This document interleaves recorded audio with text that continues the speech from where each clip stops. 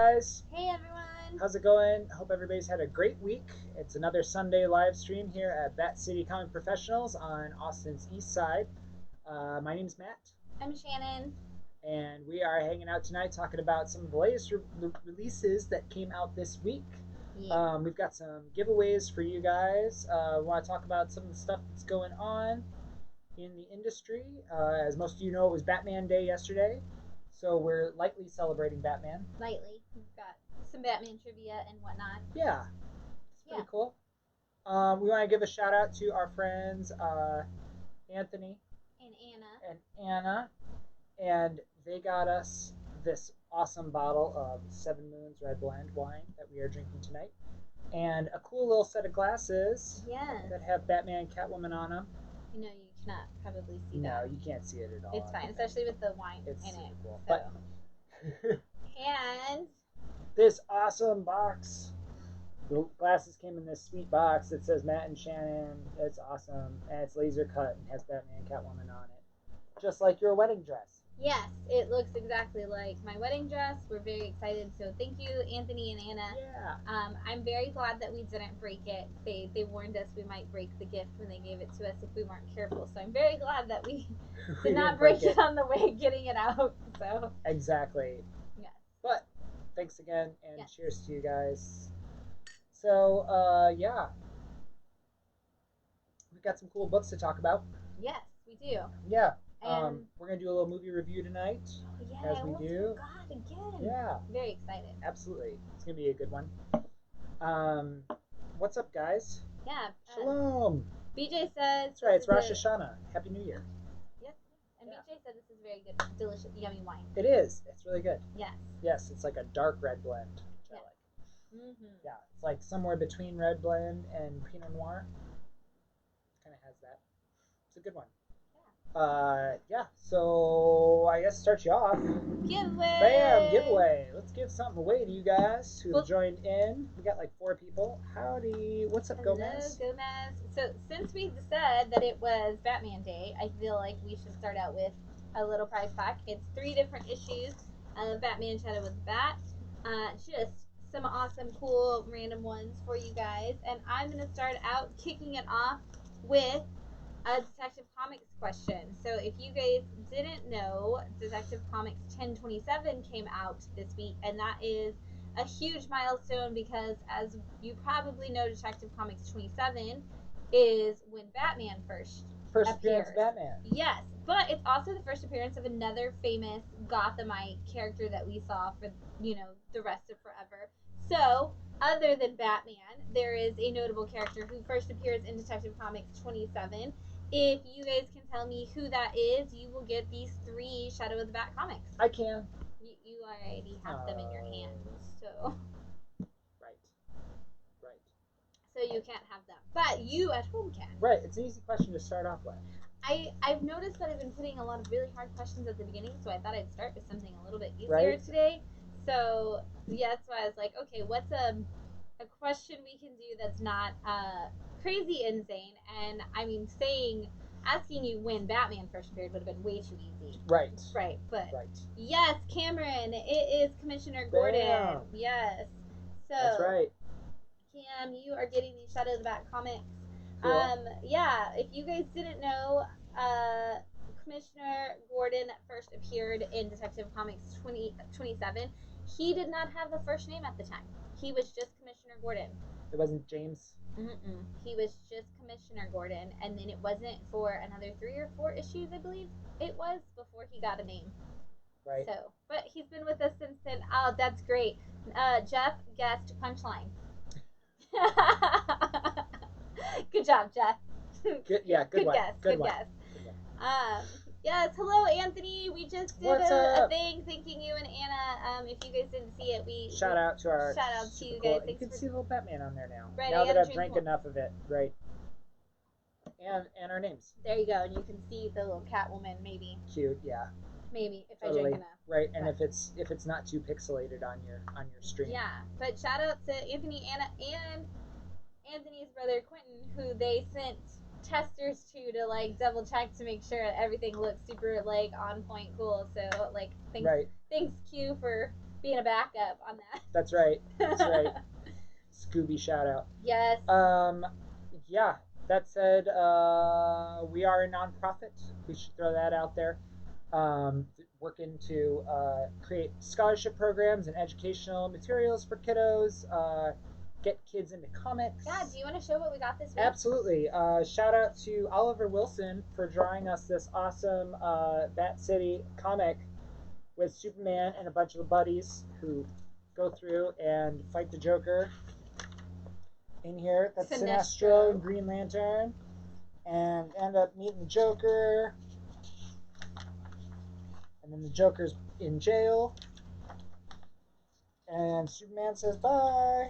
I love that the only dialogue in this issue is hi and bye from Superman. Bye. Right. Like, that's all you need. You get Superman saying like, hey everybody, and then it's like, okay, well, now that we solved the problem, we gotta go. Absolutely. Yes. But it's awesome to see kids making comics, kids being into it, kids aspiring to be future comic creators so that this medium can continue on for future generations and we can keep reading comic books. Yes, and hopefully coming up in the next month or so, we'll be launching our first kid workshop.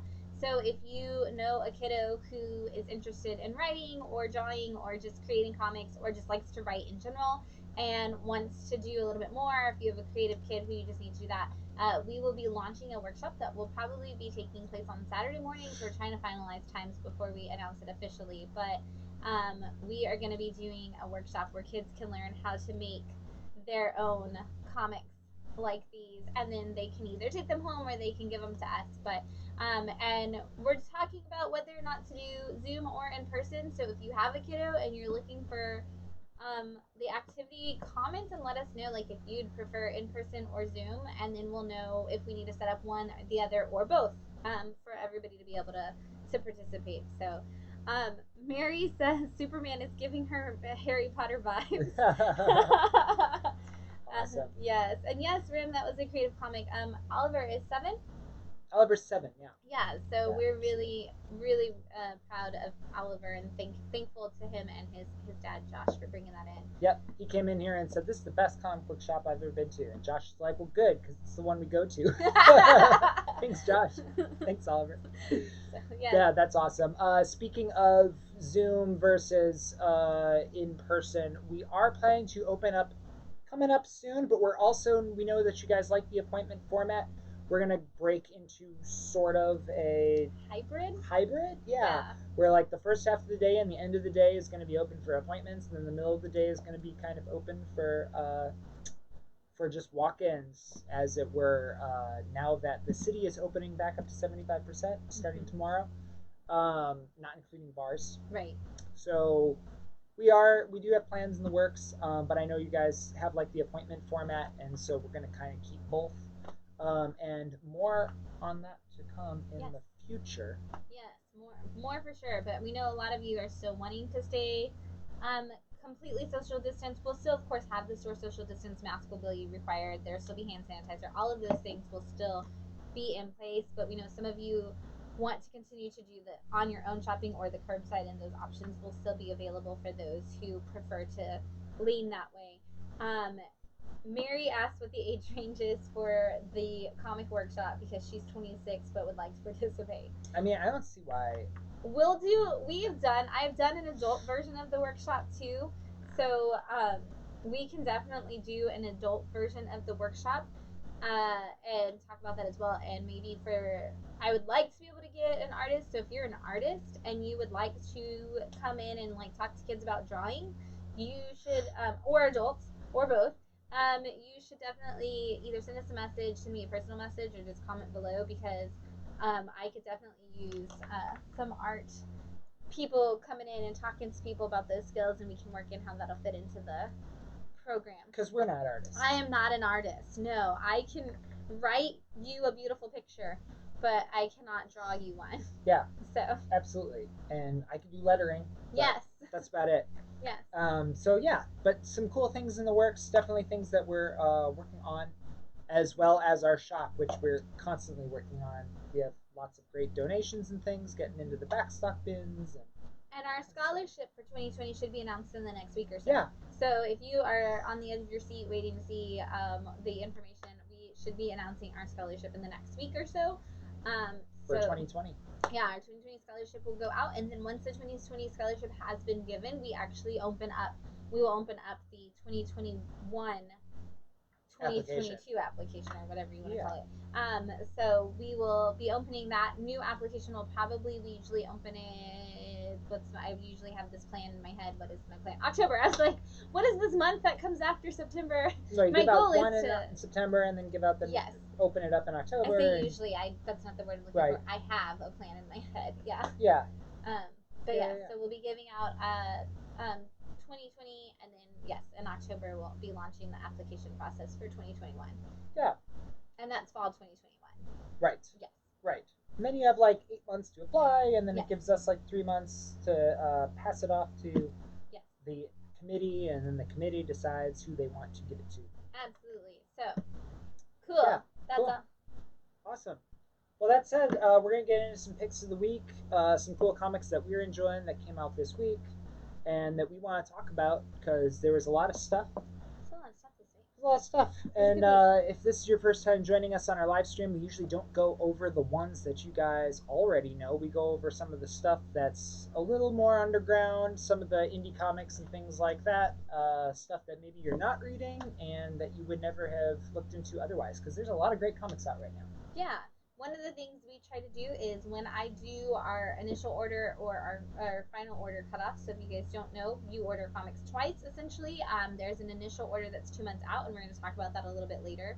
And then there is a final cutoff, which is 3 weeks out, and that's the last chance we have to get comics in the store to give to you guys. It's 3 weeks before they actually come out. And when I get those catalogs for that initial order, I actually try to start at the back of the comic section and look at all the small stuff and work my way back to the bigger titles, because I know that that's the section where people might not necessarily make it to all the time. So I try to look at those, anything that comes post Aftershock and on. I try to look at what they're doing first and see what are some of those cool titles, and then kind of work from there so that we can make sure we get some of that representation from those smaller presses. And of course we get a lot of Image and other indie, Boom and some of those indie presses as well. IDW, all the stuff you know about. Yes. Yeah. And speaking of Image, and usually I try to sort these by publisher for you guys to make it easier, but speaking of Image, we've got Big Girls 2 out this week. So Big Girls is a brand new title, obviously, and one of the things that is really cool about Big Girls is it is a world where there is a gene that makes people into giants, essentially, and when the boys turn into giants, they turn into giant monsters. And when the girls turn into giants, they turn into people that they use as warriors. And so the whole world is built around training these big girls to destroy these evil, bad, big guys who turn into monsters. And so we are actually on issue 2 right now, and we've been following this one character, and we're finally starting to see a little bit more of the big girl team and see what it is that they have to go up against. But what we learn in issue 1 is that the monster boys, there might be more to it than them just turning into monsters, and we're starting to explore that just a little bit more in this issue. But it's actually really cool because they say like men are monsters destroying the world, and the only thing that can save us is girls, and I love that. I love the idea that we've made all men, like most of the men in the world are monsters, and like the only thing that can save us is letting women take over. Right. And that's might be based on a true story. I don't know.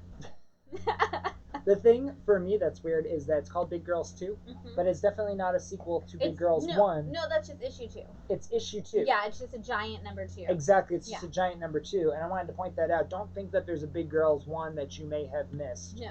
There's Big Girls is the first issue, Big Girls 2 is the second issue, Big Girls 3 is the third issue. They just have giant numbers because it's a giant story. Right, it's like kaiju women. Yeah. It is essentially just kaiju women, and the men turn into the kaiju monster type things. Right. But they're gross and ugly and not really kaiju cute. Right. Yeah. Right. So, cool. If you're looking for something like that, jump in on that. Yes, Philip said he's digging the art. It is great art. Yeah, I love it so much. Super cool art. I'm going to switch to Finger Guns. This is from Vault. This is issue 5. I have been talking about this book, and if you are not picking it up, you are sleeping on a really great story, with beautiful, beautiful covers and stuff too. But Finger Guns is the story of 2 teenagers who realize literally that they can take finger guns, like, point and shoot kind of thing with their fingers, and they can control the emotions of the people around them. So it's like, depending on if you're a 1 finger or a 2 finger, you can control either sadness or anger. And it starts out really silly and funny like that, but they learn really quickly that there is something about controlling people's emotions that you have to be careful with. And then it goes even further than that, and the story kind of turns towards the main girl character has an abusive father, and she's trying to use her finger guns to solve this problem. And this is issue 5, like I said, and it could be on the end of a story arc. It could be on the end of the story. We don't really know yet, but it went from something that sounded really silly to something that was really heartfelt. And this is, like I said, this is Vault, and it's been such a great time. So it's been a lot of fun and a really sweet read. So if you guys haven't checked it out, I believe we have issues 1 through 5, and it's both comical and amazing. So it's got kind of a Scott Pilgrim thing to it. Very Scott Pilgrim. Yeah. Very, very much. Yeah, and we've talked about that in previous live streams. It's a cool book. Yeah. It's a really cool book. Mary says take a drink every time I mess with the computer. Or the TV. Right, yes. Or the TV, which that was the first time I've ever messed with the TV during this. I wanted to check to make sure all of our slides were there. But yes, I will be messing with the computer often. So glad you're drinking along with us, Mary. Well, and BJ said he's going to take a drink, so get ready, BJ, because I'm about to say it every time anybody brings up AWA or Airshot. So good luck with that. Right. I hope you survive. And then another one that's on a multiple issue that we've talked about is 7 Secrets #2 is out. This is a Tom Taylor story. I know a lot of you guys are reading Deceased and other great Tom Taylor books. This is such a cool thing. If you guys saw the movie Wanted with Angelina Jolie and the wonderful James McAvoy, this kind of feels like that. It's a secret society that there are 7 secrets that will basically destroy the world if they get out. And so there is a secret society that is assigned to protect those 7 secrets. And each secret has somebody who holds the case that the secret is in, and somebody who is the defender of that person and that case. And they're not allowed to have children or anything together. They're not allowed to be together. But of course, before issue 1 ever even starts, there's a couple that has gotten together, and they have a baby, and the baby is going to be like taken away from them, because of course you can't have the baby because you won't be protecting your secret if you're protecting your baby. And it's told very saga-like, because it is told from the point of view, like issue 1 is told from the point of view of the baby, so the baby's narrating it. So for those of you who love saga, you get kind of that same thing where the child, who we don't even know what happened to them, is telling us the story. And it's that same kind of like, is the child gonna make it, is the child not gonna make it, is their situation. But so it's cool. You get to see a little bit of the training. We have no idea where it's gonna go for this child or this couple, but it's very, like, again, it's very much like Wanted mixed with saga. It's but in the real world. Yeah. And so and as we know from Something's Killing the Children and Wind with James Tynion writing those, it's cool when all the big 2 guys come over to Boom, because I think Boom really does a good job. Like, they pitch these titles to Boom and Image and whoever, all the big 2 writers, and then they give them these titles. They usually knock it out of the park. Yeah. And it's usually a pretty good thing. This is also issue 2, which is a great time to get in, because it's only 2 issues. And we do have issue 1 and issue 2 awesome. in stock, obviously, so you guys should definitely check it out. I think we might even have second printings of issue 1. Yeah. I like this art. It's kind of anime in a lot of ways, but at the same time, it's very colorful. Yes. Yeah. It's been such a fun, like, it was one of those books that I got, and then it surprised me with how good it was, especially because, like, with, like, Deceased, there was even parts of Deceased that it was like, oh, that was really good. Oh, I can't believe we went that dark. Oh, this part's not as good. Oh, this part's really good. Oh, and so far I haven't had that, like, up and down of, is it going to be good? Is it not going to be good? But I have had a solid up and down of, like, oh, where are we go? Like, wait, what's happening? Where are we going? And that's something I like about creator-owned titles is they can kind of tell the story they want to tell in the speed that they want to tell it. Whereas like Deceased, they were probably like, okay, you have 6 issues. Right. You have to fill 6 issues. And Tom Taylor's like, I have enough for 3 or 4. Right. You know, so they kind of throw in the filler. That's what it felt like to me in the original Deceased run. And I think that that's probably the case. And I think, I know we talked about that and I agreed with you when we read it. But now going in with all the other Deceased titles, they've all been like those even shorter miniseries. Yeah. And so I think Tom Taylor really wanted to do like this little miniseries like collection of a story. Okay. And switch point of views because that's what it does. Is like Deceased was from this point of view, and then Deceased Unkillables was this point of view. A Good Day to Die. Right. And so I think he really did only want to do like these little miniseries that all connected and told one story. I don't know, and if you've read an interview with Tom Taylor and you've seen that, let me know. Yeah. But yeah, it's been I think that was his point, and there is like a couple of filler issues in the middle of Deceased that I was like, we could have just had these 3 issues and it would have been a perfect story. So right. Yes, Philip, we can definitely throw those issues in your box. I will put that down for you. Not to 7 Secrets. Yeah. Yeah, and especially if you're enjoying Deceased. Right. If you're enjoying Deceased. Messing with the TV. Right. Drink up Mary. Right. I'm gonna get y'all drunk. And then before I go to this one and some number ones that I have that are really great, and that one that I know we want to talk about. We got a lot of cool stuff. There's so much cool stuff this week, and the stack looks huge. If you guys can't even see it, it looks huge, but it's only because there's some big books in there. Yeah. Thick books. Yeah. Yeah. You've been very excited about this. I have. So I missed the chance to talk about this book when issue 1 came out because I was really confused on whether or not I meant to order it or if it was sent on accident. And so I was trying to figure all that out. And here we are on issue 3 and I finally get to talk about it. So I'm very excited. This book is called Dead Day, and it is it's Ryan Parrott who's writing it, which I don't actually know what else Ryan Parrott does. If you do, let me know. But it's an Aftershock title, and I'm going to hand that over to you. And this book, I thought it was going to be just another zombie story when it came out. And it was it's pitched as a zombie book, and it had a Francavilla incentive cover. So I was like, oh, it's definitely just a zombie horror book. That is not, in fact, what this book is. Dead Day is a story about on Dead Day, people can come back from the dead, and some of them it's like a Halloween. Right. It's kind of like some people do come back and they're just zombie and they like are just going after people, but people can come back and like spend time with their families or do different like go do things that they wanted to do. And there's actually like a registry service outside of the cemeteries that is like, oh, we can help you find like locate where your loved ones are if that's what you're going to do.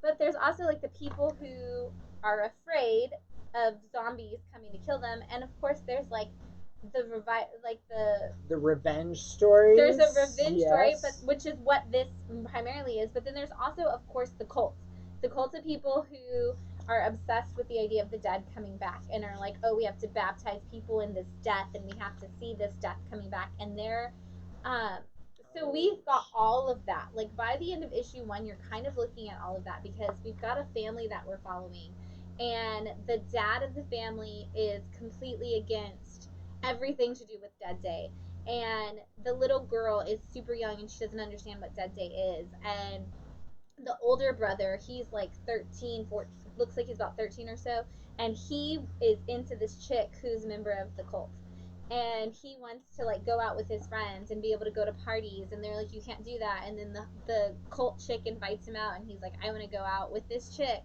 and they're like, you can't do that. But at the same time, the mom in issue 1 tells them she has to go out for Dead Day.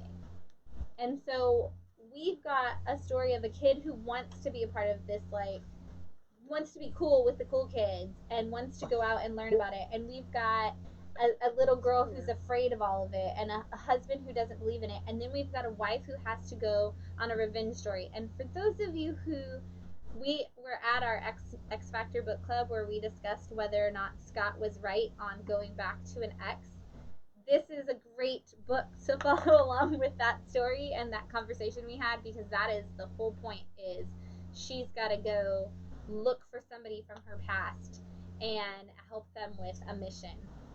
It really seems like Dia de los Muertos meets The Purge. It really kind of is, and there's actually a conversation in there. There's a newscaster who's interviewing a person from the Latinx community, and they're like, we're very upset about the fact that this continually gets blamed on the Latinx community. This is no way connected to the Day of the Dead, and they obviously wanted to like separate from that thought because it sounds like it. Right. But it's like that meets The Purge. Right. Halloween, the barrier is the thinnest. Day of the Dead, they come back, quote unquote. Right. We celebrate the dead. But also happen. The Purge, because it's the day and you can register and you can mess shit up. Right. Like in issue, I think it might be issue 3, the neighbor, I'm going to totally spoil this, sorry guys. In issue 3, the neighbor like sacrifices a goat. And then he's like putting it around the door frame. And they're like, what are you doing? He's like, hey, it worked for the Jewish people during Passover. Right. And they're like, do you think that that's going to help? And he's like, can't hurt. It's a great scenario. I love that about comic books, that comic books, we can grab any scenario. And they say when you do animation, right? Animation's better than film because in animation we can squash things and we can stretch things out. And in comics, you can create any universe you want. You just have to draw it. You know, it's like a novel, but it's illustrated. And what a cool concept. It really is. There's so many. It's like Deceased. It's like how many different things can we throw in here and add into this equation to really make it an interesting story. And what I like about the way that they wrote this, the way Ryan Parrott did it, is a lot of times in a comic, like you leave off on a cliffhanger and then you pick up somewhere else. And you're like, wait, but in the end of the last issue, I was like worried about this. These read as like one story, like, or watching one movie and you like pause to go to the bathroom. Instead of reading like, oh, wait, what? I thought we were doing this. Like now we're over here. What is going on? Like instead of that, like when you leave on your cliffhanger, when you come back, it's like, hey, remember last week we were talking about this? Guess what? Here's your solution. And it's such a good random little way to like address the zombie idea, because it's a completely different take, because we've had so many zombie things, but then having this like, oh, you can come back from the dead and you can register and you can go see your family, right, but you can also like, right, and that makes for a really sweet, heartfelt part of the book, whereas also you have zombie chaos. You still have zombie chaos, and you do have like them setting up for like a purge like experience, and there's a lot of people where it's like you don't go out, and there's this self-assigned military force that protects on dead day kind of thing, and they're like, what are you people doing out of your house right now? So it's very purge-esque in those ways, and it's such a good blend of all of the things. Yeah. And I'm really excited to see what goes. Anytime that you have one of these concepts that's like, oh, this is a day and things happen on this day, I think it actually works better as a comic. Right. Because even the Purge films, it's like, okay, they went this route with each one of them, and it's like, well, what about these characters? You know, we talked about this with Year Zero, and if you guys are reading AWA Upshot's Year Zero, thank you, they focus on all these different characters that you don't normally see in a zombie apocalypse, that you wouldn't normally see in like The Walking Dead. Right. Which something like this, where they can make this book hundreds of issues long if they want, and just keep talking about all the different things that happen in one day. There's millions of people. And they talk. And they talk. Right, of course. So they can have these heartfelt conversations. Right. Exactly. And it doesn't happen every year. Yeah. That was the other thing about Dead Day, is Dead Day does not occur every year. So some people, and everybody doesn't come back every time. Right. So some people are like, I've been waiting, 35 years for my person to come back, and they still haven't come back, but I'm still waiting.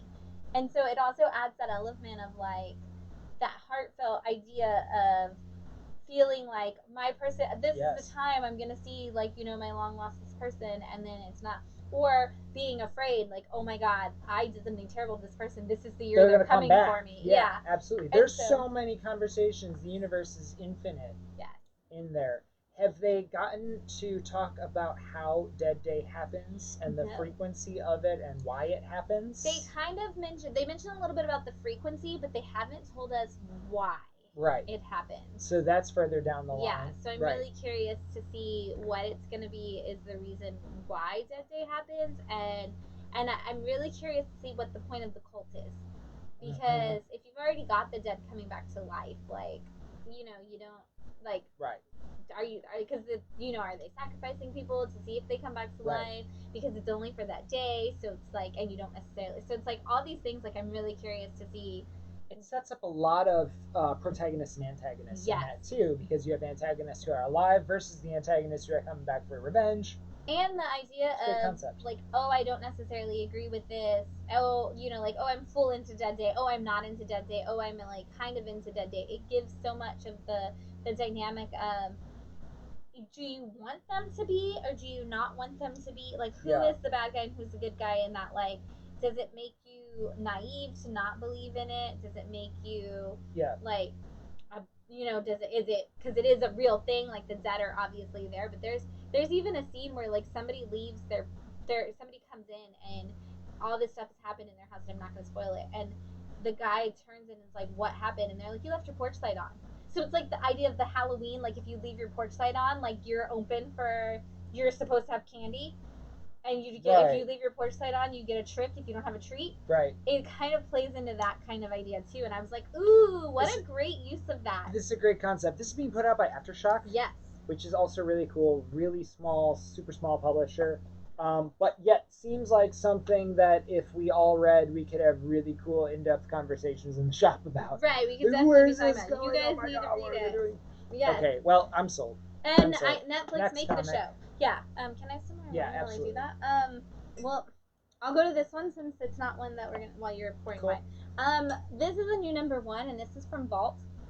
This is called Heavy, and I called this. I'm gonna mess it up again. What did I say? This is the Punisher meets. What was the thing that I told you that meant? Something. I don't remember. It's basically a guy. Oh no, still lost it. It's gone. Basically on this one, it is the story of a guy who is killed, and he has to become. He goes to purgatory, and in purgatory, everybody's assigned a job, and their job is to basically keep evil out of the world in different capacities. And he is a heavy, and a heavy is obviously just that. He is there to kill people, so they send him out, and it's like in issue 1 they're like, oh, we have an evil Leonardo da Vinci. It's like if Leonardo da Vinci would have gone evil, this is like there's one back in this sect of time, we need to send you back there and you have to kill the evil version of Leonardo da Vinci. Hitman hired by Purgatory. He's a hitman hired by Purgatory kind of thing. Spawn, that's what I said. It's like Spawn meets Punisher. There you go. And so he had a wife, and he had like this perfect life that he loved. To him, he had his own set of ideal of perfect life, and now he's stuck in purgatory, so he can't get to his wife, who may or may not also be dead, but all he wants is to just get to his wife, and he's like, whatever I have to do, I'm gonna do it. I'm gonna get my work done, and he keeps doing all of these assignments. And it was one of those where I was like, this is not gonna be heartfelt. This is gonna be one of those like machismo books, because this guy with a bunch of guns on the cover, I was like, it's not going to be my thing. And then the whole time he's just like, whatever I have to do, I just want to get to my wife. And they're like, well, you need to get a partner. And he's like, I don't want a partner, I want my wife. And just let me get to I've done so much work. And like, they're like, oh, you got to do this and that. And the setup for who the partner is going to be, oh my god. And art is so fun. This art is awesome. Yeah, I love love this it. Paneling. I love the coloring. Yeah. Of it, like the colorist did a great job. I don't know. Phil said he bought this because it was Max Famous, and he ended up just loving it. Agreed. I thought I wasn't gonna. I really didn't expect to like it as much as I did. I was just like, oh, new Vault #1 sounds kind of interesting. I don't know if it's gonna be my cup of tea, and I'm super excited for the next issue. Who is the colorist? Don't show that. That's spoiler. Spoiler. The colorist is Chris Peter. I don't know what else Chris Peter has worked on, but I love his these colors are popping. And just to give that like idea of like the heaven versus like purgatory, and the ideal of like the surrealness to the color, it really works perfectly for the story. And man, You guys, if you haven't thought about picking up Heavy, I definitely recommend it. Yes. I'm just for the art alone. Yeah. Seriously. It's super cool. Yes. That's a neat one. That's #1. And who's putting this out too? Vaults. Mm-hmm. Yeah. Yeah. You guys gotta check it out. It's gonna be. I'm usually one of those people who I want 3 issues to tell if I'm gonna like a book, and I always give every comic 3 issues to see if I'm like, this is going somewhere I'm gonna go. Yeah. I'm kind of like Philip. I'm like, okay, I'm kind of down because the art's just good, and because it did surprise me with how much more heart was in the story than I thought there would be. Right, and then he'll become another big hero like Spawn. Right. And issues 145 to 245 will become the really low printed, super desirable ones. And 1 through 25 will be like a dime a dozen. We'll see. We'll see. Who knows?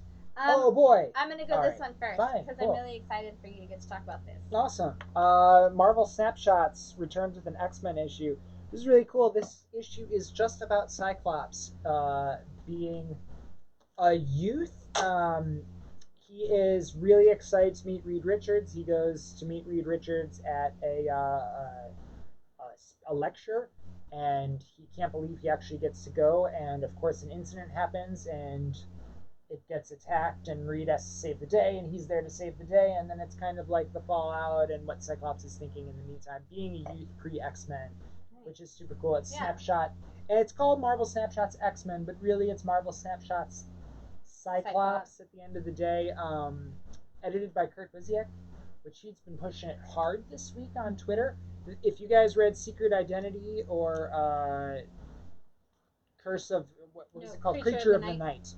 It kind of has that same art style as those books, and a lot of heavy narration dialogue that goes over the top of it. It definitely looks like Secret Identity.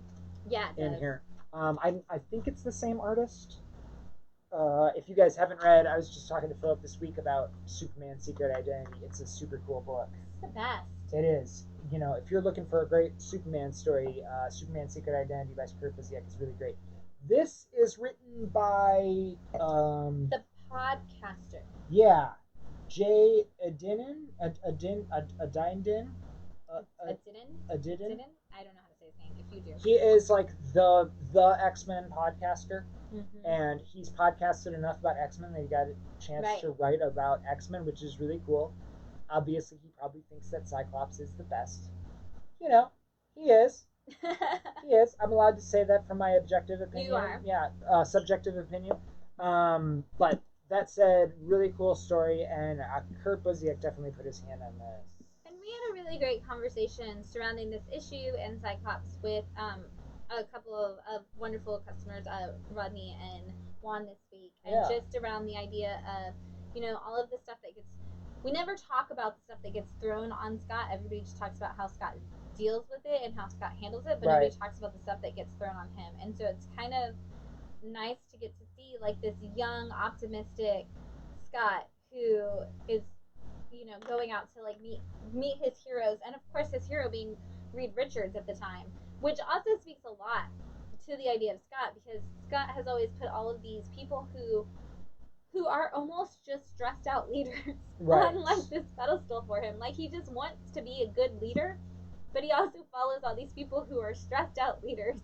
Yes. And don't necessarily always handle it well. And so it's kind of funny that would be where they would take it as like, oh, this was his role model, because I'm like, oh, Reed Richards, like, he really wants to be a good leader, but he also doesn't always handle things well. And I think that was a good parallel, because everybody gives Reed a lot of slack a lot of times for the way he handles things, but nobody really gives Scott a lot of it. And we talked about how, you know, even in X Factor, like when Xavier comes back and he's like, oh, Scott, like, you didn't do things the way I would have done it. Like, you've done a terrible job because it's not my way. And it's like, all Scott, and it's great to have this book where you're like, all Scott's wanted since he was a kid was just to be the good leader and like impact the team. Yeah. And it's just, it's hard to be a good leader. Anybody can be a boss, but it's hard to be a good leader. And Scott's working so hard to try to figure out how to be the best leader for everybody. Like, Scott's the leader that sat down and said, how do you like your feedback?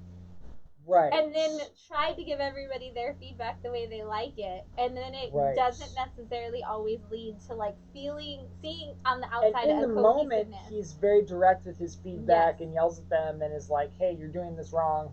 Mm-hmm. I'm trying to help you. Right. Right. But at the same time, it doesn't always come across. I appreciate that. I am that guy. 100%. You are that guy. Also, really cool Alex Ross cover on this, which also came out the same week as all these Alex Ross timeless variants. Which I have them to show you later. But this is not a timeless variant, though. If this was the Cyclops one, I would have been okay with it. I really like the variant on this, too. The variant is the old school X-Men cover. And what does it say? It says, in the age of marvels... It's an age of marvels and monsters, Scott Summers. Time to decide, which are you? Very Jack Kirby. Very Jack Kirby, yes. Yeah. And with that old school X-Men titling on there from the first 60 issues, I love that. Philip, let us know. You said you just read Secret Identity. Let us know what you thought. Absolutely. Or come by the store and at least chat with me about it. Yeah, that is the book that started a lot of our relationship. Yeah. With Secret Identity, because I had not read a Superman book in a long time that I could identify with and that I liked. Yeah. I grew up. My brother read Superman comics my whole life, and I would always.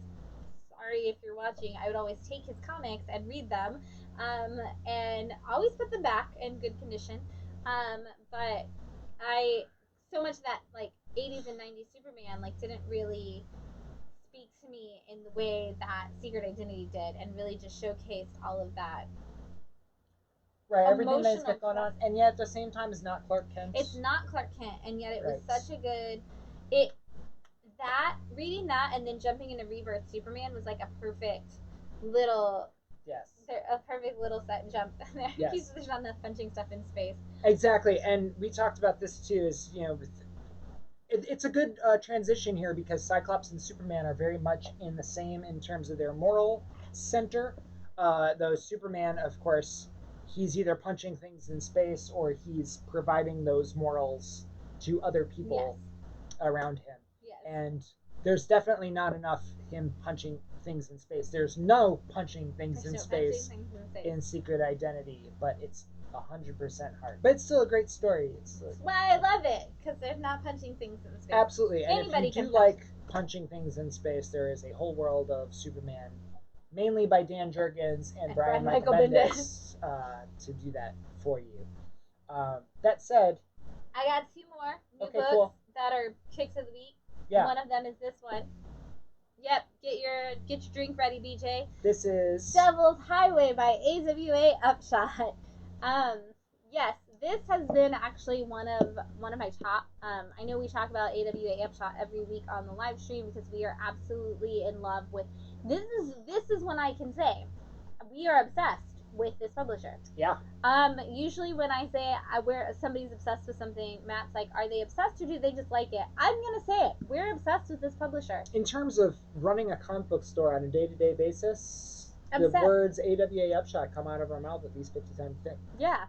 And and it's their fault because they're writing great books. Right, they did it to themselves. They did to themselves, absolutely, and they did to you. Yes, do you want to run down what Devil's Highway is about? Absolutely. Devil's Highway is the story of a girl whose father was murdered, and she's trying to crack that mystery.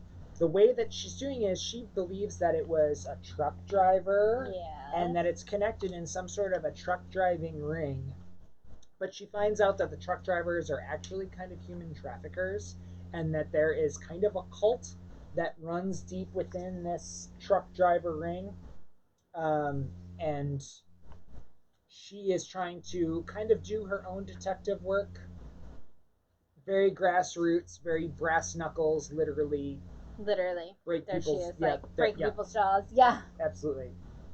Yeah, she's a badass. She's badass. This is issue 3. I think it's of what? 5, 6? 5.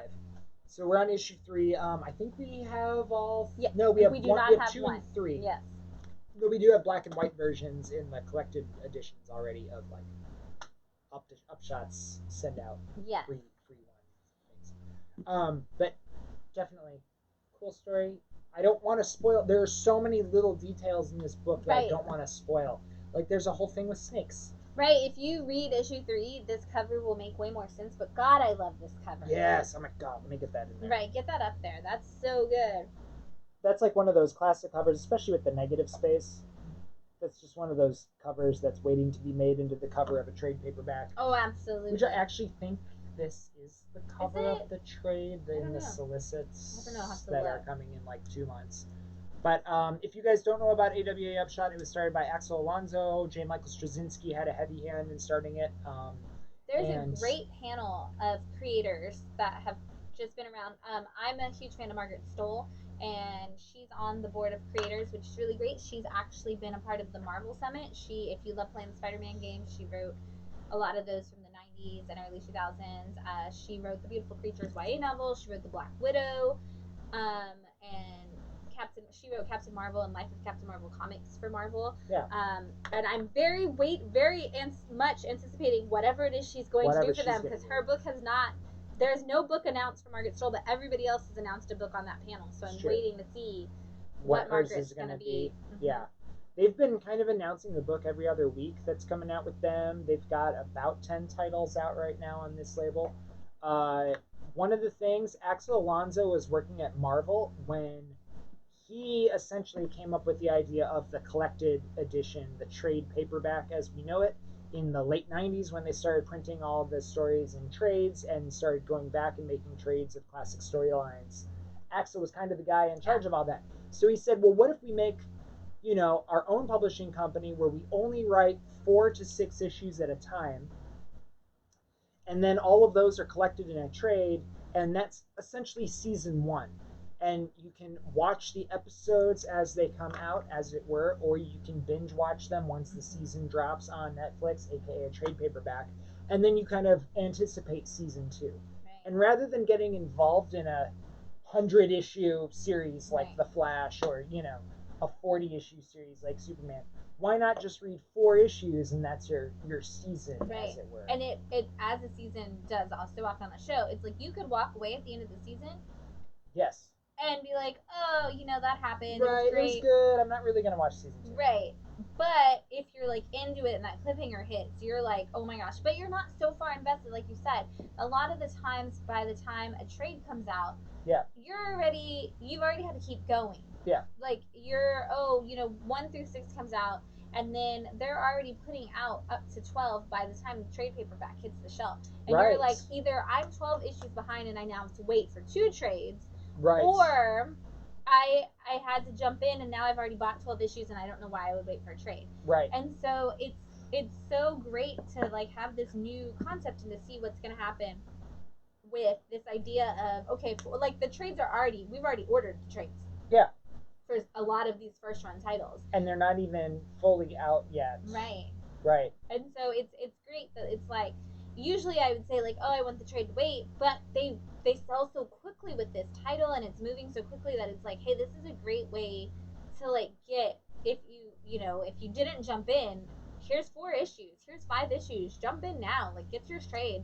Yeah. And there's gonna be, the gap comes after the trade instead of a long, like a gap on a long time before the trade, and I think that's a really cool way to do it. Right, yeah, you're getting like the last issue and then the trade is 3 to 4 weeks later at a maximum. Right. And you can either choose to do it or you can choose to get them in single issues. Right. I think the single issues of these, if you guys are speculators at all, I think they're going to become super huge because every single one of these, because it's a fresh publisher, because they just launched during COVID, right? Which is, they keep saying in the back of it, right? It's an insane move to launch a brand new publisher in the middle of a global pandemic. It's another part why I like them. Mm-hmm. It's a very bold move. I like the idea of the trades, and at the same time, all the titles are great. Right. And they're all basically movies waiting to happen, TV shows. Yeah. We were talking, I was talking on Twitter with one of our customers, and they just got Bad Mother, and mm-hmm. we were talking on Twitter about the fact that, like, that needs to be a movie immediately. We need to see Bad Mother as a television show or a movie, like, instantly, because it already reads like it. Yes. And that's how so many of these titles are. It's like they play out like scripted shows, or because of the fact that they wanted to do that Netflix binging thing, everything feels like I need to binge watch / binge read these things. Yes. And there's something for every, like, if you are a Netflixer, it really is built like a Netflix queue, like where Netflix first ask you to go in and like choose which types of shows you like. Yeah. It's that panel. It's that panel that Netflix gives you, and they're right. like, what do you like? Do you like crime drama? Do you like, you know, real life this? Do you like sci-fi? Do you like horror? Do you like zombies? Like it feels like picking out your Netflix queue at the first sign up. They put this on the back of every issue, the AWA Upshot out this month, and it really feels like you may also enjoy. Yeah. Which, because if you enjoy one of the titles, you're probably going to enjoy all of them at this point, and they're all kind of real world situation things, right? We have to like just drink constantly during this, right, BJ? Right. It's not over either, so. Yeah, absolutely. It feels like someone was like, did you hear about that alternative to Netflix that has all their own shows? Yeah. And they've got 12 shows, and every single show is amazing. Right. It's like if it was just Netflix originals had a station. Right. This is it. Absolutely. And with with DC pulling out of Diamond during COVID, this has been a really good Band-Aid for that situation for me. It's been a really good antibiotic to spread over that wound. Yeah, absolutely. It felt like it was like when you always use the ex-girlfriend analogy with DC, and it's like if DC was your girlfriend that left you, then it's like you turn around and like the love of your life was right there. Right. Right. Imagine that. And it's like, wow, this one's really, really, really great. There are superhero titles on the Upshot label. Resistance is kind of that, and there's a couple coming out from that, and a couple of spin-offs. I'm excited for American Ronin. I'm excited for Moss. Oh, I know. Yeah. So, again, there's a lot of stuff on the horizon with these. We're going to talk about this all day. We're going to talk about this forever. Absolutely. But Devil's Highway. We need to start an AWA Upshot live stream. Right, seriously. Next week is the conclusion to Archangel 8. I know, Cam, you're reading that. You're going to get that this Wednesday. That's going to be the conclusion to that. And Hotel is going to be out in trade. Soon. Yes. No, this week. This week. Hotel comes out, and then Red Border's coming out after that. Year Zeros is coming out. Did Year Zero finish? I just ordered it on the FOC, so the final issue? No, I just ordered the trade. The trade, I believe, so on the FOC. So the final issue is coming out last week, so a couple weeks from now. Cool. Richie, we did get. I will grab issues 2 and 3 for you and put them in your box. You got issue 1. Yeah, he got issue 1. Cool. So we'll make sure you caught up on that. And then lastly, new this week. So if you guys have seen any live stream that Matt and I have ever done, where in any capacity where we've ever talked about comics and these 80th anniversaries or 80th specials, if you've ever had a conversation with me in person, you know that I'm a very bitter person because I waited my entire life for an 80th anniversary of Catwoman. Your entire life? My entire life for this. And by my entire life, I mean since they started making 80th anniversaries last year. Right. I wanted that to be really great. It was the least good of all of them, and that is once again solidified as we have Detective Comics 1027. This is the 1000th issue since Batman appeared in Detective Comics. I know that sounds ridiculous. Please, I didn't make it up. But it is. It's just Batman, as we said earlier, appeared in Detective Comics 27 for the first time. This is 1027, so it has been 1,000 issues since Batman first appeared. And what I love about this book is, because it is Detective Comics, we get the first story we get is kind of a Bat family story, because if you guys don't know, and I did not make this a trivia question today, and I because I think we have before, but Detective Comics was almost canceled, or Detective Comics was almost canceled at one point in the history of DC Comics, and they realized that they could not cancel Detective Comics because they are literally called Detective Comics. So they moved all of the Bat family characters into Detective Comics because those titles were selling so well. Right. And moved them all into Detective Comics, and that's kind of why we get these Bat family stories in there now to this day. So it's cute because the first story launches in there with a celebration of like the whole family working together to solve a crime. They're trying to figure out, and it's literally just the Bat family standing around throwing out their guesses on what happened in this story. And so it's so great because they just, I know, They see a body on the ground, and they're just trying to figure it out and see who it could have been. And so it's the Bat family working as detectives together, and I thought that was really, really cute way to just kind of honor the spirit of Detective Comics overall. Here's our girl. And this is a story. I mean, this is like all the other ones where there are stories by a lot of the big Batman detective writers from throughout time. They all kind of get an issue in here. And I'm actually wondering if Tomasi is coming off detective, because he is not the one that wrote the one that ties into the Joker war. Who did? Mariko Tamaki, actually. And so I'm curious if Tomasi is going to still be on detective, because that's usually when they switch them, is during these big capacity books. But there's two stories in here that I really wanted to point out. There's one by Matt Fraction, and it is the story of a girl who goes in, and I think who goes into the police academy in Gotham, and it doesn't even have Batman in it at all, which is great for, it's generally a detective thing like we've seen in the past. Obviously, it took 27 issues to get Batman in there, but there's a story of a young black woman who goes into the Gotham City PD cadet training. And she's talking about all of the stuff. It goes through all of the stuff that she has to do just to get into the cadet training, and all the stuff you have to do to become a police officer in Gotham. And she's going through like all this stuff, and it's just pages of like everything she had to do.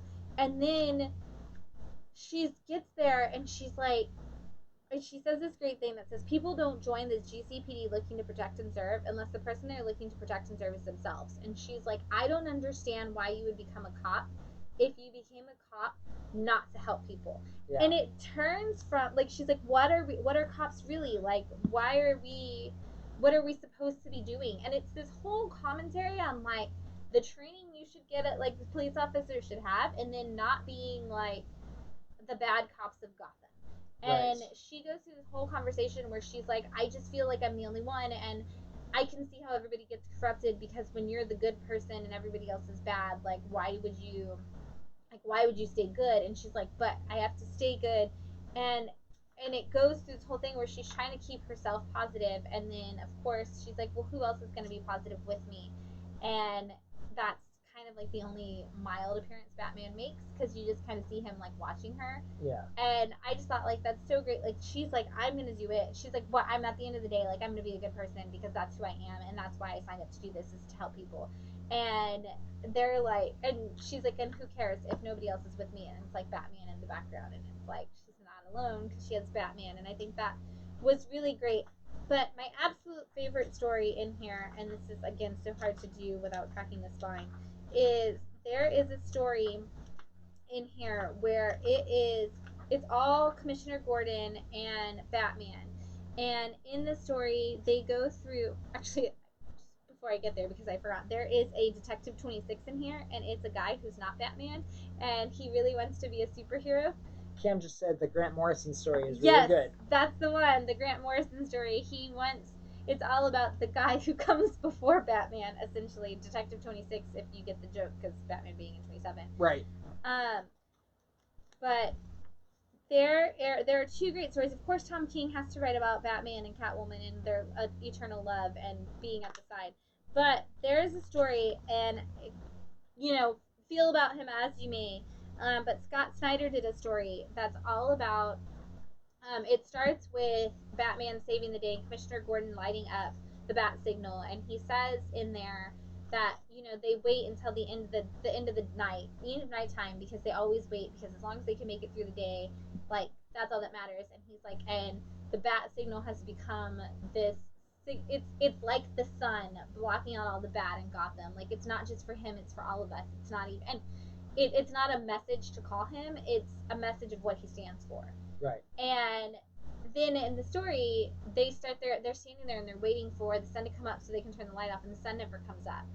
And so the whole story is them waiting for, like, they're waiting for the sun to come up, but Batman's like, I gotta go, I gotta figure this out because the sun never rises. And it goes through Commissioner Gordon narrating, trying to get in touch with Batman to figure out, like, what's going on. And it goes on for months, years, whatever it is, of, like, there being no sun, and Batman working with the Justice League, and Commissioner Gordon just trying to reach him, and just, like, I'm doing the best I can. I hope he's okay. Like, we need him. And Batman comes back, and he's like, I have the solution. We figured it out. And I've figured it. I've solved this equation. And Commissioner Gordon's like, what is the solution? You said you had this crazy thing that would bring back the sun. And I love it. I'm going to read it to you because he says, I asked him if he was going to show it to me or not. This machine that would get us through it. And then the bastard smiled at me. And as always, he showed me. And all it is Batman lighting up the bat signal. And it's like he can't bring back the sun necessarily, like he hasn't figured it out, but he has figured out like he can bring that hope back to people.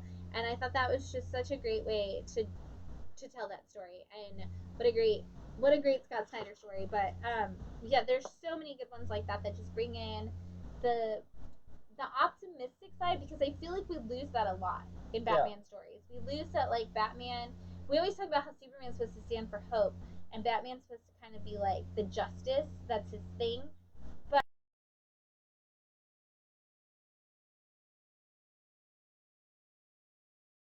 yeah.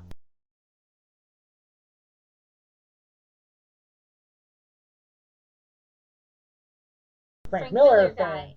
Right. But that's the thing, is like, justice should have a positive connotation, and we lose that a lot. And I liked this because it kind of gave back, and there are references to that, like, oh, you know, like Batman, like, of all the different kinds of Batmans in here. But I love that, like, for once, like, we see these detective stories, but we also get to remember that, like, there should be hope and justice. Yeah. There should be hope in people, and Batman should be bringing that hope to them in Gotham. Yeah, absolutely. And we need that in Batman. And that said, so it's only just cover A and cover B, right? It's just you have one choice of a variant for this book? Why, I'm so glad that you asked, Matt. Yeah. Because I actually have a bajillion cover options for you. I'm saving this one for last. I don't even know who these artists are. It's on the bottom. It's on the bottom? Yeah, I think on the front. That one is Frank Quietly. Frank Quietly cover. This is Olivier Coipel. Coipel. Ooh, is that how you say it? Did you figure it out? It's Coipel. And he's doing an amazing job on Thor. On everything. Yes. This is Lee Bermejo. I can Lee say that one. Bermejo, yes. I like this cover a lot. It's got that old school feel. I love that one. I'm actually also a fan of the darkness that goes perfectly well with this Delato Scarecrow variant. Gabriel Delato. No surprise at all that Jim Lee would go classic Superman, Batman, standing strong. Right. Put Superman on the Batman book. That's Jim Lee for you. I like that. And this is Jim Cheung doing Bane and Batman. Cool. Right, the Bane cover. Gomez says Watchmen just won an Emmy. It won 5 Emmys. Yes, we will chat about that. They announced the Emmys before the Emmys happened this year. Yeah. We'll talk about that in the comic book news. This is Adam Hughes, so of course he puts Catwoman on his cover. Yes. And J. Scott Campbell putting... There's Catwoman in there? Yeah, she's hidden. You can't really see her, but she's this black spot down here. Okay. You gotta turn it around. You won't see it in the camera. They might be able to see it, but you can't. She's down here in the Got it? J. Scott Campbell put Babs on the cover. Cool, of course. Of course. Of course, it's a really nice J. Scott cover. Nice background. Good backgrounds on that. And I saved my favorite for last. This is the Art Germ variant with Batwoman on the cover, and it is gorgeous. Yes. We're running low on this one, so if you want this, claim Act it. fast. Yeah. Run low on the Batwoman here. Yeah. Yeah. So if you guys didn't get a copy of Detective 1027, this is one of those great anniversary issues, and I actually, again, I really liked it. There's a lot of cute, a lot of heartfelt stories in there, a lot of great classic detective stories. Again, I really feel like Mariko Tamaki's story is the one that tied into the Joker War, and Tomasi just, and that And knowing what Tomasi has said about his love for Batman, Tomasi wrote just a detective story, and in there. Yeah, and that's what Tomasi wants to do. He wanted to write Batman as a detective. That's the thing. He said that. Yeah, I like that about his friend, that he actually makes Batman find clues, right, and be a detective. Because obviously the world's greatest detective comes from Dick Tracy. It's just it's a competition point. You know, it's like McDonald's saying we have the best fries or something. It's like, yeah, okay, there's a lot of people who have fries. You movies, whatever you want to call them, moochers. I don't know. What's the word for that? I don't know either. Right. But I was waiting for the Dick Tracy comment to come out. Yeah, absolutely. I was gonna lead into it if you didn't. So, if you guys don't know Matt personally, you may not know that Matt is a gigantic Dick Tracy fan, and Dick Tracy has actually been known as the world's greatest detective. Yeah. And as that is all he does. Yeah. He's not fighting super powered beings on the outside. It is right. You know, he is focused on being the world's greatest detective and just being great at that job. And was doing it for about 10 years before Batman came along. Right. In the first place. Cameron says McDonald's does have the best fries. That's just science. There you go. See? But who is the world's greatest detective? Right. And have you tried White Castle? Also, I would like to point out, if Batman is the world's greatest detective, then how come a small child was able to figure out that he was Bruce Wayne? Yeah. Maybe Tim Drake's the world's greatest detective. Right. He's a good detective, but he's not good at hiding his identity. Right, and a child was a better detective. Right. Just saying. You know. Right. That's my Tim Drake fan club-ish showing. So. Anyway, let's give something away to you guys. Yeah. So speaking of McDonald's versus Burger King and all of that. Burger King. I don't know. They don't have good fries at all. They're okay. They changed them in like they're not 1997 or whatever, and now they taste all potatoey or whatever. Our fries taste like potatoes. They are potatoes. Right. They taste like more potatoey at Burger King. I don't know. I'm a White Castle guy. Right. I like the White Castle crinkle fries. Yeah. Dude, White Castle, man. We need one of those. If you are from White Castle corporate office and you're watching this live stream, please put one in Austin, Texas. That said, this leads into our next commentary, so I'm going to do this right now. But that's why I said the comparison of McDonald's versus Burger King and all of that is Batman and Iron Man. Batman and Iron Man. Bunch of rich dudes solving crime. Solving crime. Yes, you are gonna win this Iron Man poster if you can tell me, when does Gotham City first appear as Batman's place of residence in the comics? So what issue do they first label Gotham City as Batman's place of residence? As Batman's place of residence? As Batman's place of residence. So, we are having a lot of Tim Drake love coming on here. We've got, Philip said Tim Drake is the world's greatest detective. Josh said Bruce has often said Tim will surpass him. Cameron said Batman did say Tim was going to be the greatest detective. There's a lot of great love for Tim Drake on this stream. I appreciate that. And Sai said Royale with cheese. And now I just want to watch Pulp Fiction. Right? That's all I got out of that comment. For sure. Yes, Josh. Wow. That was so fast. Batman 4.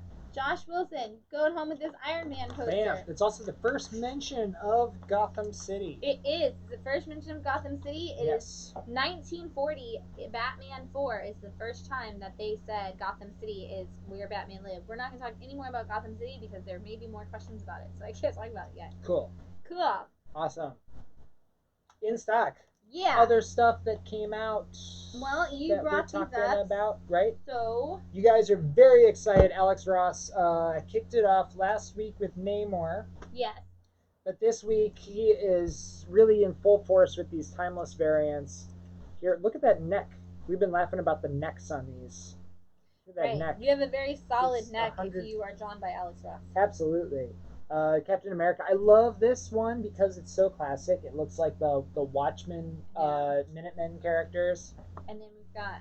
So Alex Ross is going to be doing these variants. They're going to be coming out for the next 4 or 5 weeks or something. There's a ton of them. Right. It's like 5 a week for like 4 or 5 weeks. It's a long time. Mm-hmm. And that was Immortal Hulk.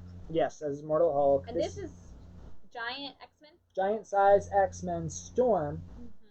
which you guys have been talking a lot about this issue. That's why this is in stock, because if you're into it, you already read it. And you knew it was amazing. To skip to that really quickly, this is the cover A for that, which is also just gorgeous. We are out of the Jen Bartel cover. We're out of the Bartel cover? I believe so, because it was gorgeous. Yes. But that Alex Ross and the cover A, I know. Rick Remender. No, that's the writer. Yes. Who did this cover? Darrington. Yes. Darrington cover. And then there's also a timeless variant for Iron Man, which I love this. This is the best thing I've ever liked from Iron Man. Sorry. Also, big neck in the machine. Neck. Yeah. Size this looks like they all have really high blood pressure, crazy neck veins. Right. You didn't know a machine could have high blood pressure here, but Iron Man does. But Iron Man does. Yes, BJ, we can get you Alex Ross X-Men books. I can definitely do that for you. Did you get the Storm one? Please comment on me. There are a bunch of them. Yeah. The Beast one is awesome. The Phoenix one is gorgeous. Yes, and I already wrote that down for you, BJ, whether you asked for it or not. Right. The Cyclops is awesome. There's an Iceman one. There's an Angel one. They're definitely doing all those Children of the Atom. Yeah. Yeah. Yeah. It's a Beast. Beast is free. Right. Yeah. No, but there's so many good ones. I'm so excited. Yeah, I have you down for those, BJ, but if you didn't get a Storm, let me know, and I will definitely grab a Storm for you. Yeah. Also, just side note, Iron Man relaunch. Right, new Iron Man. This is new Iron Man #1. Yeah. And it's just Iron Man. It's not an Invincible Iron Man. It's not an Incredible Iron Man. Iron Man. It's not a Mortal Iron Man. Right. It's just Iron, which is very confusing when you're ordering, because they put the year that the series launches in in parentheses for any book that has been around for forever. Mm-hmm. So now we have Iron Man 2020 and then Iron Man parentheses 2020, and I'm like, God dang it! Which one am I looking at? I do, however, really like the art in this. It's like really painted. If you guys are Iron Man fans, now might be the time to jump in. At least if you're an Iron Man fan, read it. Let us know if you guys love this. Yeah. So that we know to order more of them for you guys. Yeah. I definitely like this art. It's super cool. Yeah, very modern. Yeah, very modern, but painted and a little touched. Yeah. Is that? Wait. Spoilers. Turn that around. Is that a spoiler? It might be. I think that's a spoiler. Nobody knows. It's okay. Don't. You didn't see it. It's. We just turned into Wayne's World. Right. Here. We totally did. Shan's World. Shan's World. Excellent. Sorry, guys. Justice League. Yes, part of Death Metal. So I wanted to bring that. If you guys are doing Dark Knight's Death Metal, Justice League is a tie-in this week. So yes, we should have included this. If you guys subscribe to Death Metal, I think we put this into your bins, and you probably got it. It's also the first cameo appearance of Omega Knight. They are saying that Omega Knight is going to make a full appearance in 55, but it may be 54. This is number 53. This is your potential key of the week. Potential key of the week, absolutely. Key Collector has flagged it. That's going to be a new subsection key on the week. Potential key of the week. Potential, possibly spec of the week. As we say, though, we stick with Brian from Simple Man's Comics. We say buy what you like, because then you'll always like what you collect. I did not pick this up because it's Omega Knight, because I'm not a huge Justice League fan. Right. As my ex-girlfriend, as it were. Really? DC. Oh, DC's right. My I ex-girlfriend. was like, really? She did? No. Right. Yes, DC is my ex-girlfriend, so I'm against Omega Knight right now. But maybe the first appearance we'll see. Yes, so I asked what flagged it means. Do you want to explain that for a second, what Key Collector does and what it is? So Key Collector is a free app. There is a subscription version, but it is free to download. And it will give you basically every first appearance or anything that's important that happened in a book. Like if you were to look up X-Men 141, it would mark that that's the start of Days of Future Past storyline, which is a famous storyline. Key Collector, if you do subscribe to it, they will send you notifications and they will flag books and say, hey, there is a first appearance in this book. You might want to pick it up. It also gives you a low grade, mid grade, and high grade buy-in price, which means that if you want to buy in on that book, it gives you a good price. Like, okay, you've got a high grade copy in your hand, you should pay up to this amount. You probably shouldn't pay over for this. If it's a mid grade copy, this is kind of the price you want to pay for it. And it aggregates that off of all eBay sales and sales on the internet. They've got a bunch of sources that they do. But it's a really cool app if you guys are into collecting comic books of any kind. And there's all kinds of first appearances in there. It's got all kinds of categories, you know, like Marvel hip hop variants is one category. Bronze Age keys is a category. Don't pass on something you may want if it says that it could be cheaper somewhere else, though, because you might not have a George Perez Wonder Woman #1 if you think that you listen to that and then the next week it goes up. Just remember, things change all the time in the comic industry, so if you see something one day that says that and then the next day it could be more, don't pass on George Perez's Wonder Woman #1. Shan is speaking from experience, obviously, but it is real-time updated in terms of prices sold and things like that. And Key Collector will flag things and say, hey, there's a first appearance, or hey, this book is heating up. They just did that with the Superboy first appearance of King Shark.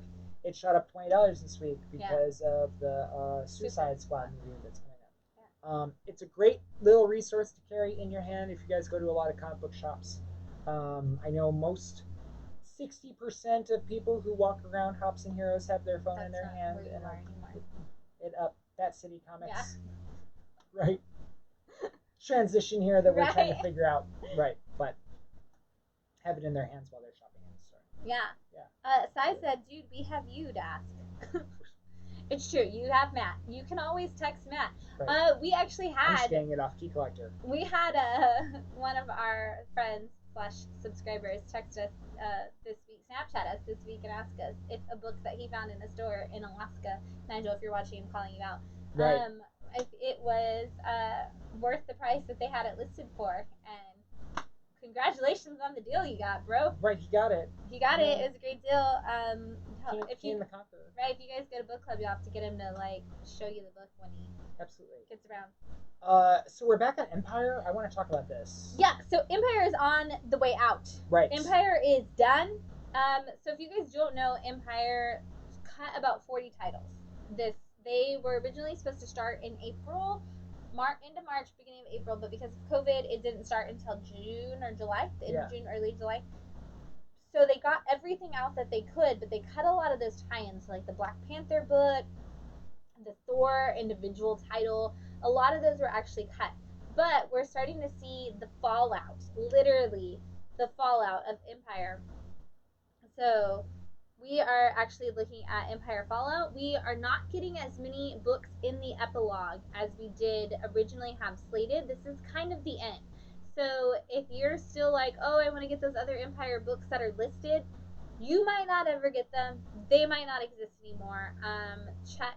You can check with us. You can check online. There are some updated lists of what is actually going to be. But this is kind of the end of your Empire collection. If you didn't know, we're wrapping up. We're moving on. We've got the King in Black on his way. We've got X of Swords happening now this week, which is we're going to talk about. I know we're going to talk about in industry news a little bit, but because you've got that note that you got today, bring that up. But yes, X of Swords. Yeah, coming this week. Cool. Yeah. Speaking of events. Yeah. Green Goblin is coming back to Spider-Man. People are excited. That's going to happen in Spider-Man number 50, which is Legacy 750, 800, 850. So it's very confusing.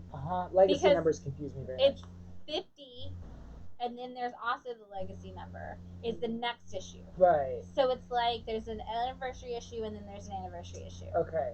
So it's very confusing, but there's a lot of Spider-Man. It's like 50 and then 800. It's the next issue, or the one before. No, this is the one before. Legacy numbers are the worst to me.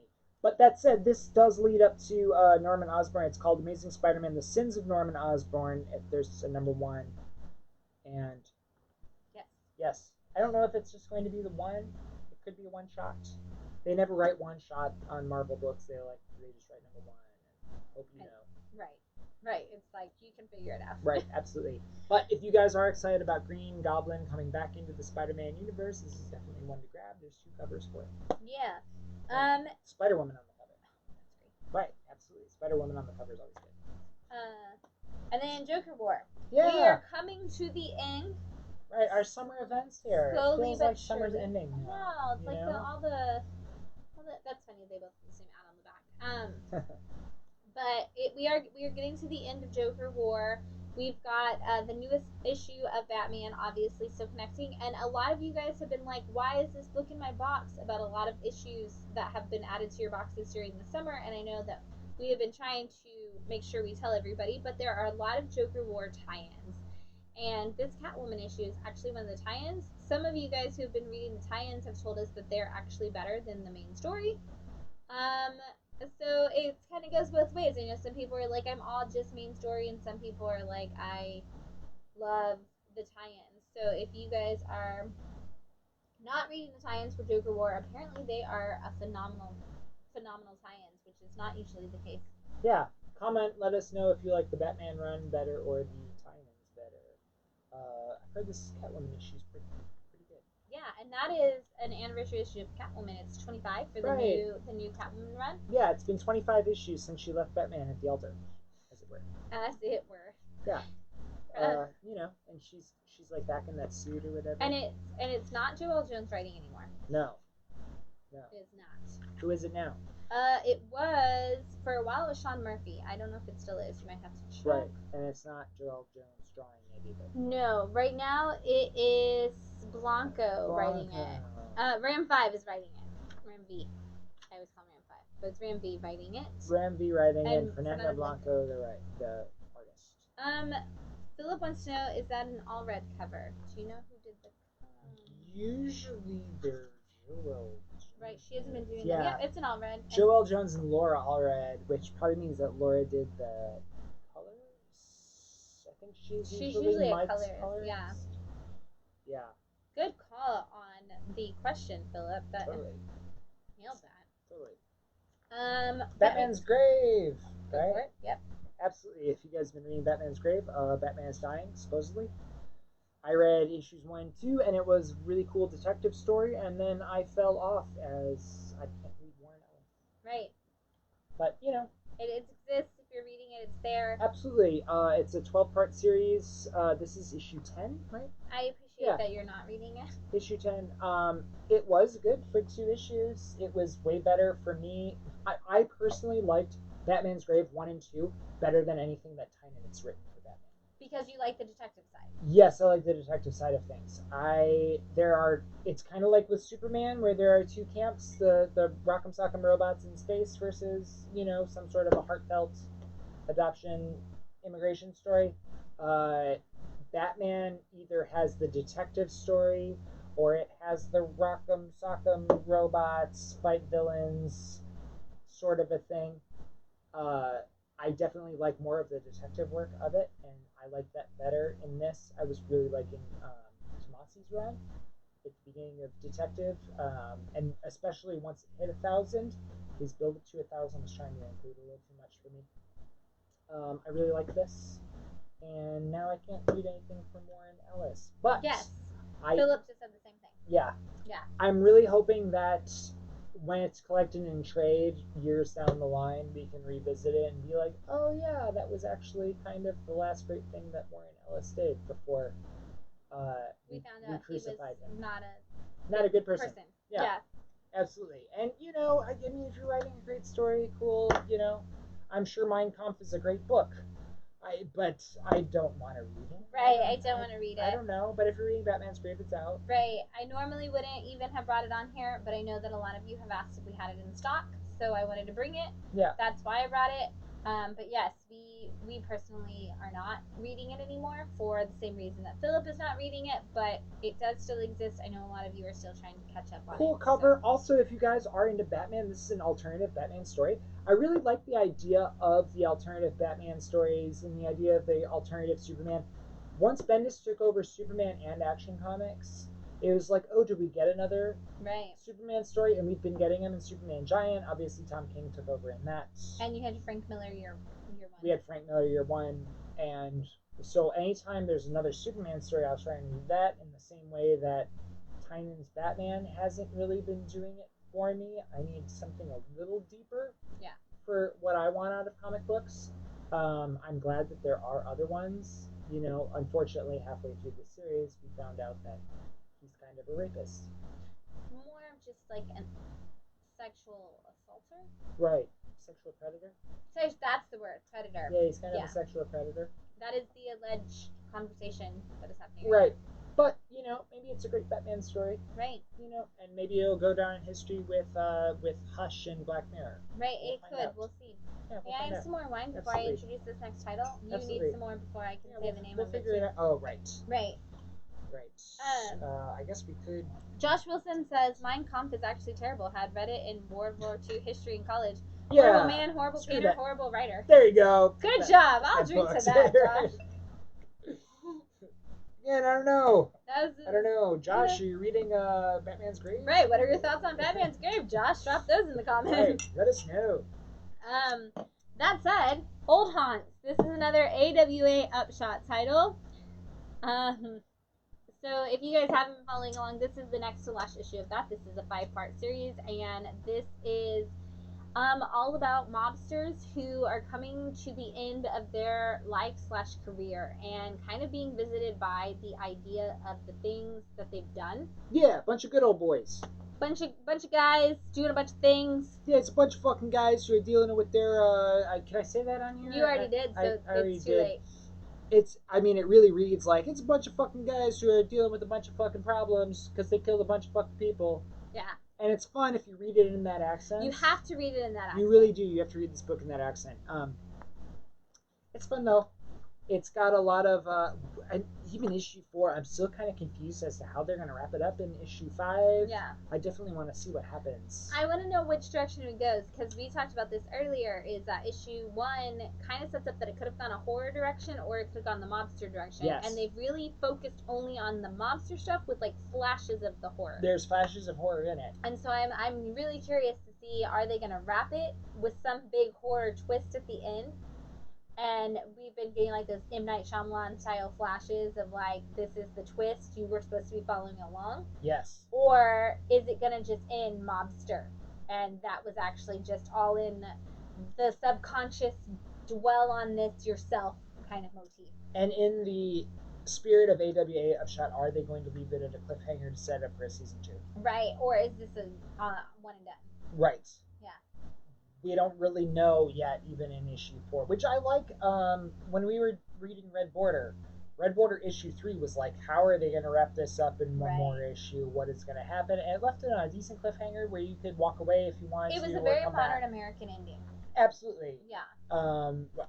Again, we're talking about Red Border, different comic here, but Old Haunts. I'm excited to see what happens in that 5th issue. I'm definitely going to read that and see where it's going to go. It is mobsters. They obviously did a bunch of mob criminal dealings, and they're being haunted by them. Right. Mobsters doing mobster things. Right. Yeah. And it's all coming back at the end of their lives. Yeah. If you guys like Goodfellas, and Goodfellas is your jam, or Casino even, Casino is probably a better, closer thing to it. Yeah. If you guys like that sort of stuff, this is a great book for you. Yeah. Josh said that Batman's Grave is good, but Ellis makes him sad, so it colors the quality. Agreed. We're all thinking the same thing.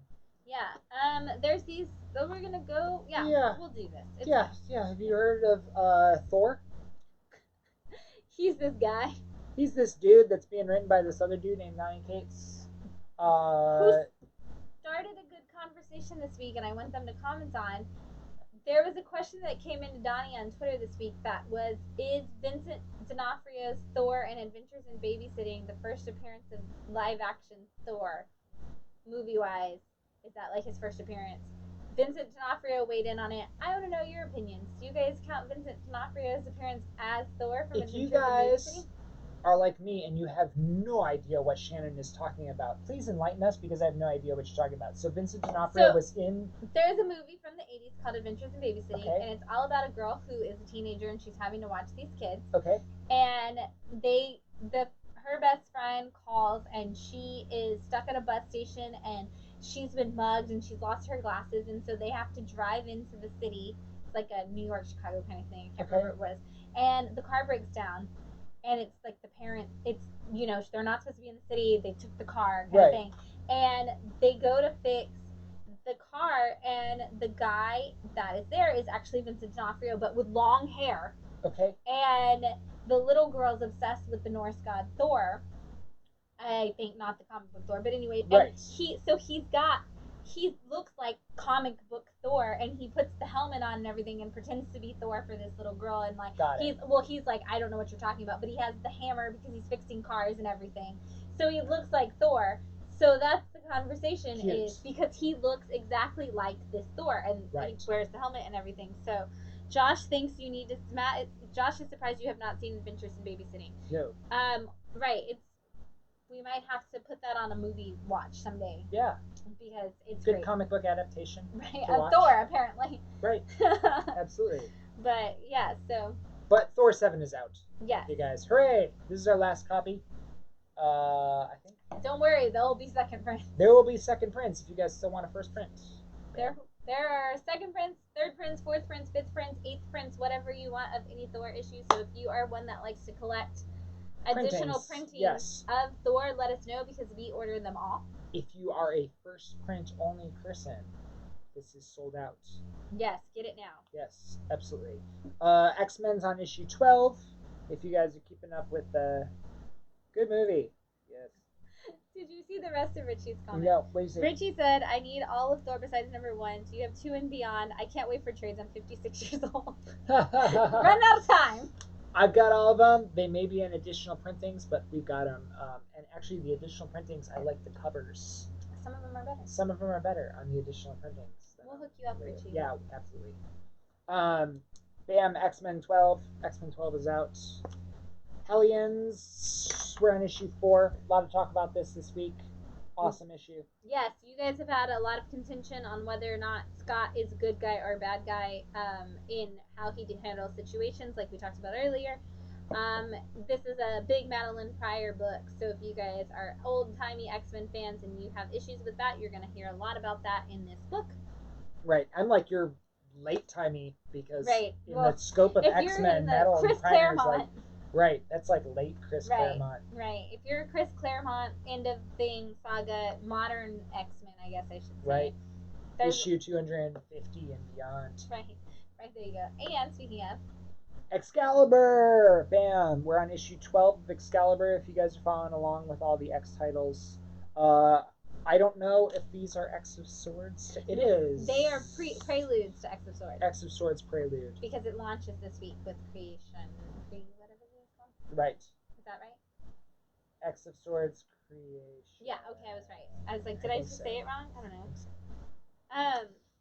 And then lastly, this is You Look Like Death. It's Tales from Umbrella Academy. I know you guys are always talking about the show and how much you love Umbrella Academy. This is a new Umbrella Academy story, which, speaking of, and I was going to save it, but since we're on it, there is, if you guys are Umbrella Academy fans, you're Gerard Way fans, he does have a new Killjoys book coming out, which was his first big thing in comic books. So that is coming out in November. You can order it during the previews time. But Umbrella Academy. Awesome. Yeah. Bunch of new books there for you. And really, really, really super quick. We're going to go through trades really fast before we do another giveaway for you guys. I just brought a bunch of Batman because it's Batman week. Hush! You guys can't get enough of Hush. Jim Lee rocking it. With Jeff Loeb, right? Yep. Right, and before they take it away, there's a great interview with Jim Lee about Batman and Hush on DC Universe and DC Daily. Yeah, absolutely. That one. Because it's an anniversary. We're at 25th anniversary of Hush? We are. Something like that? Something like that. We're old, I don't know. Right. Dark Knight Returns. Frank Miller. We've got it in stock. If you guys haven't read this, it's fantastic. Right. I like Batman with guns. Speaking of Batman being fantastic. Was this Black Mirror? That is Court of Owls. Oh, it's Court of Owls. Scott Snyder. And this is actually volumes 1 and 2 collected in one fat, thick edition paperback, which is, this is great. Right. espionage and one of the what's Eyes Wide Shut? Illuminati. Yeah, one of the best stories to come out of the New 52. Yeah, absolutely. And like no content, like nobody has ever disagreed with that statement. If you can, please comment. Swamp Thing. Right. But it's also Scott Snyder. Right. So I mean, I'm not saying there aren't other great New 52 stories. I think the further away from New 52 we get, the more we like it as a whole. Yes. But this was one of those that even during the time, nobody contested that it was a great story. Right. And since we're talking Bat Fam, Batgirl, this is Hope Larson writing Batgirl, and this is the post New 52. This is or is this Rebirth? This is Rebirth. Is it Rebirth? I think so. Might be. Rebirth Volume 4. There you go. Mm-hmm. And Harley Quinn, Batgirl, Penguin, all kinds of stuff. Yeah. And Rebirth Volume 1. And then Batwoman. Batwoman. Yes, Rebirth, which Volume 1. We've talked about this on the live stream. I read this entire thing. I love it. It's wonderful. If you guys haven't read it, you should definitely check it out. It is a fun, amazing story, and this is Marguerite Bennett's writing Batwoman for Rebirth, and it was such a good run. Yeah. BJ is shocked that you like Frank Miller. Absolutely. Right. You liked Frank Miller Daredevil. Yes. You like Frank Miller Batman. Yes. You like Frank Miller Superman halfway through. Yes. Absolutely. I think Frank Miller is great. I think Batman kills people. I don't think you can have the character if you're going to do the dichotomy of Superman and Batman. Batman uses guns. Batman kills. Yeah. I think for you at home who are watching this and are surprised, you have to remember that Matt is a golden age boy. He's a pulp guy. Yeah. So Matt wants his superheroes pulp. Yeah. And that is why Superman was such a big deal, is because Superman came in and was the opposite of the pulp. He wasn't with the guns, and he wasn't doing the detective work. He was the good guy, the Boy Scout. Right. Dick Tracy's like, I want him alive or dead, however you can get him. Right. You know? And Batman was trying to be that. Right. So. Batman was 100% trying to be Dick Tracy when he hit Green Hornet. Right. When he hit. And, yeah. Superman wasn't. Superman was like, I'm going to save the day and do the right thing all the time, which is why I call him the Boy Scout. Which at the same time, that's a great moral. And as you get older in your life, you're like, oh yeah, that's super important. We need that. Mm-hmm. But if you're not going to do that and you're going to live a little dark anyway, just kill him. Just shoot him dead. Some bad guys. Why do we have to put him in prison? Call Superman if you want to put him in prison. Right. Jesus, this is vigilante justice. And vigilante. Superman doesn't necessarily always put them in prison. No, he doesn't. So that he has the Phantom Zone, but that's totally different. Right. Yeah. Right. Not killing them is a problem, but putting them in the Phantom Zone where they can't do anything for forever, and you live in a mirror or whatever it is. Right. Superman, 1978. Right. That's okay. Right. Come on. Come on. Come on. Come on. Cameron, I will look to see if the Volume 2 trade of Something is Killing the Children has come out. I do not know off the top Volume of my head. 1 is shipping, I thought. Right. I don't know if Something 2 has come up for order. Yeah, I don't think it has. But I will check. Because I think we're still waiting to get Volume 1 in from the shipper. Well, I have ordered. We're only on issue 11, so it should be coming up soon. Right, so it'd probably be 6 issues. Yeah, because I think they did. Image usually does 6 issues. Boom usually does 6 issues too. Boom does 6. So yeah, it probably won't be until after issue 12 comes out before it's solicited. But I'll double check and make sure it's not in this previews, or you can check your own previews catalog and see if it's in this previews coming up this Thursday. True. And let's give some away, Shan. Yeah. We gotta get this show on the road. Show on the road. I'm giving it away. I'm doing it. A Dead Day number 1? Dead Day number 1. I just talked about it forever. Do we have enough copies for me to read one later? Okay. We Cool. have the Frankavilla and Santa. Oh, right. You can't read that one. I can't read that one. But we do have one that you can read. Yes. Cool. I'm giving away Dead Day number 1, so you guys can jump in on it. Sai, I know you were like, I need this for my zombie collection. So you might want to be paying attention right now. Yeah. I'm gonna. What do you guys got? Ooh, I don't know. I don't know what I want to do. I'm like, now I'm giving you a full comic, so I feel like I gotta try here. Let's just do it. I'm gonna make it easy for you guys. I need you to name the Robins of the Bat family possibly, I think, in order. You have to give me all of the Robins. Not by their, you could, like, just all of the Robins in order. Or as close to an order as you can possibly muster. I can't close this because that's going to come in fast. Just give me the Robins, guys. Give me the Robins. I think I have them in order. I left one out. I left out the one that I know. Like, I didn't need that. Says research. Right. That's fair. So, name some Robins, Si, and you might take this book home. That one, that one, that one, that one, that one. It's not really in this world. Yeah, I've never heard of that. BJ, you left one out. Yep.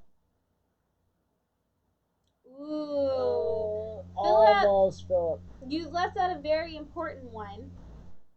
But I am glad that you... Whatever. No, he's now Duck Grayson. That's... Yeah, Josh has got it. Josh has got it before Cam. Dick Grayson, Jason Todd, Tim Drake, Steph Brown, Damian Wayne, Carrie Kelly technically does not count. I was going to give it to you, Philip, for including her. She is not from this earth. Right. But but also Philip left out you left out Steph Brown. And that is always an important one to me because I love Steph Brown and her my favorite Robin. Enthusiasm of you don't want to train me, I'll train myself. Screw you, Batman. I'm Robin now. And the fact that she's like, oh, Tim Drake, like, fine, I'll just go be Robin. I don't need you. So, yeah, Josh, that's all you, buddy. Josh, you got it. But you have to have a conversation in store with us about how much you love Dead Day. How many different places that Dead Day can possibly go. Also, Josh, if you didn't see the beginning, because I know you tuned in late, please show Oliver the beginning because we did show off his amazing work. Yes. And thank you once again, Josh and Oliver, for providing that beautiful comic to us. We love it so much. Absolutely. Yes. That's everything here at Bat City. Yeah. So we're going to do a weekly movie review. I'm very excited. Yeah, this is going to be a weird one. We tweeted on New Comic Book Day about a movie that's on Amazon Prime called New Comic Day. Yes. Yes. We're going to review that movie really quick. Because we had not seen it. We hadn't seen it, and we tweeted about it. And we posted it on Facebook, and I asked you guys if anybody had seen it. That's what tweeted about it meant. Right. Nobody had seen it. Right. No. I asked you guys. None of you had seen it either. Yeah. But you had all seen it on your Amazon queue. Right. Right. So, New Comic Day is an independent movie. Kickstarter funded independent movie. Mm-hmm. Featuring aspiring actors working in a comic book shop about a guy's first day working at a comic book shop. It is very Empire Records. Yes. Meets Scott Pilgrim. In the arts. Like yes. The action. Yes. Meets Waiting. Yes, Meets Waiting. I always forget Waiting, but it's very much because that has a lot of waiting in it. Yes, it has a lot of waiting. You can tell they watched Waiting when they wrote their script. And they were like, well, what if we made this into a comic book movie? And if it's going to be a comic book movie, we also have to have 2D animation interacting a little bit with... Right, but we want that Empire Records, like, this could be the end, the store could go under, like, kind of moment. Right. So you have all of that. Yes. In a ball.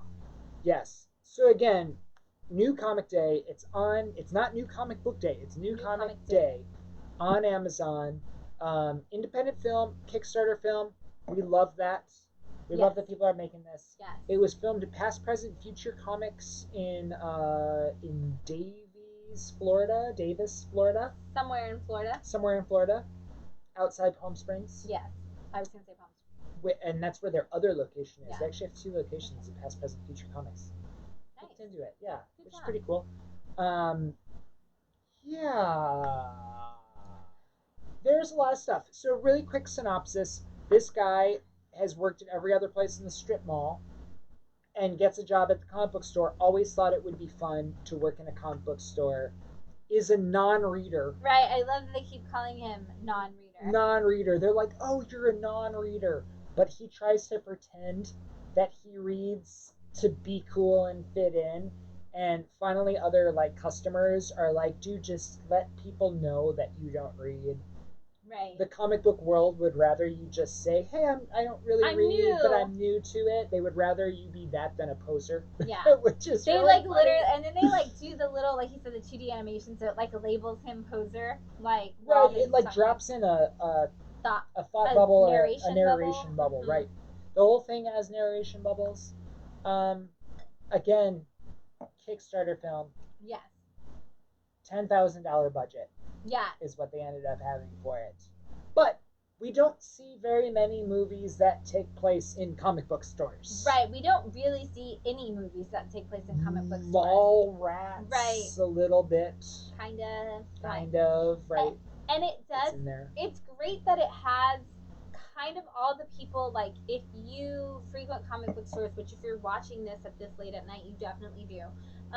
Yeah. It kind of has, like, each of the different kinds of people. Like, it has the really shy, like, awkward, we're gonna hide back here and wait for our books to come out people. Yes. And it's got the girl behind the counter that knows everything about comics but still feels like she has to prove herself because she's the girl behind the counter. Yes. It's got the guy that knows everything about every back issue of every title ever. He even calls it like his safe space, and like it's constantly like the back issue section. Right. It's like, his section. It's his section, and he loves on it. Literally, like hugs it at times. But he's the guy that knows everything, and yet still his ultimate favorite is just Batman. And so he's like offended if you think Batman is like just fan fodder, because even though he knows everything about every issue, it's like Batman is my everything.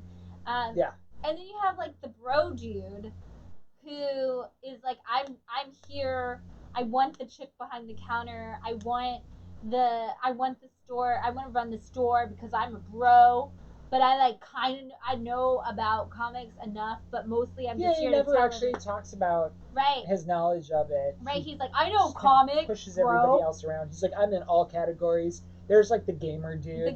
The quiet, like, emo gamer dude. Which I love because he has the ability to teleport somehow. Right. Which is all part of the, like, magic of the comic store. And the Scott Pilgrim of it. And almost like the Mr. Megorium of it. Like Mr. Megorium's Wonder Emporium, where the store kind of has its own magic, and it doesn't work outside the store. Which Mr. Megorium's Wonder Emporium is one of my favorite movies of all time. It's a great movie. It's a great movie. If you missed that one, please watch Dustin it. Hoffman and Natalie Portman, his finest, and Jason Bateman being just wonderful. He's a mutant in it. If you've seen the movie, you get that joke. But it's such a great like idea of like the building of friendships in a comic book store and how like people work. And then there's they get so many things right that other references, like even books and stuff about comic that have comic book stores in them, like never get right. Like they actually, because it is filmed in a comic book store, have diamond boxes for their shipment. And they do say that the shipment arrives on Wednesday, which you'd have to be a really, really small store that has never actually gotten any comics in from Diamond to get your shipment on us on Wednesday. Right. But the thing about this movie is it gets a lot of things right, and like any movie that's made for a mass audience who may not do it, like they even say like everybody in this world has their thing that they're into and that they know everything about. Right. A lot of people are into sports. Right. Like they bring that up, and it's like, yes, there are a lot of fandoms in this world. Those fandoms aren't always nerd fandoms. I like that about it. Like there's a lot of things that everybody knows about, and you may know statistics on and things like that. The people who are watching tonight, you and I, we know things about comics. He says music, he says books, you know, but sports is kind of the bigger one of those. Simon Pegg had a quote about that. Really? About being a nerd about your own thing. Like whatever you're a nerd about, like you're gonna be a nerd about it. Yeah. Yeah. And it doesn't matter what the thing is. It could be like, I build tree houses. Right. You know, and I know the best way to do it. It's like, that's awesome. You know, I'm an electrician and I love my craft and I know everything about it. It gets a lot of things wrong. Yeah. I could make a list of how many things in this movie are like, we're watching it and we're like, oh, that's not how that happens. That's not how that happens. At least they're making a movie about people in a comic store. Which, for all of you who are watching this show at 11 o'clock at night or whatever time, trigger warning for you guys. a lot of comics get not treated the way we would treat your comics at Bat City. Yes. There's a lot of this going on. Yeah, a lot of flopping comic, a lot of rolling comics. Oh, yeah. Yeah. So trigger warning to a lot of you collectors. No animals were harmed during the making of this production. Right. Many comics were harmed during the making of this film. Yeah. They didn't seem to be more than dollar issues or backstock dollar issues. Right, like even their key wall, you can tell that the store took their key wall down before filming began and put random dollar issues up on the key wall. Yeah, Superman Unchained. Right, is a key. Right, it's like they just have books behind the counter. Which is great. Yes. But again, it's fun to see a film that takes place in a comic book store. The entire thing takes place in a comic book store. And it ended and we were like, that was really cute. It was really cute. By the end of the movie, right, exactly. Because watching it, we're like, ooh, that's not how that works. Ooh, that's not how that works. Books definitely don't come in on Wednesdays. Yeah. They also said the truck is here. Right. It's out back. And it's like, wait a minute, you're going to get a truckload of comics on Wednesday? Right, we're like, wow, how many subscribers do you have? Because ours come UPS. According to the time in the movie, it's like noon, too, on a Wednesday. Right. When the truck's getting there. In the 90s, they did. A lot of the times the comics would come on, and if you have to buy your comic, if you buy DC Comics, a lot of times they come on the day they're supposed to come out. Right. These days. And that's how it was in the 90s, so it's like, they might have worked in a store in the 90s, and then they know somebody who worked in a store in the 90s, and that was like their research person. But it is still, it's very exciting to just have a waiting style movie about comic books, because we saw Clerks and Mallrats and things like that, and you're like, oh, that's what it's like to be like a nerd in retail. But it's nice to actually have a comic book movie, and I'm glad they made it.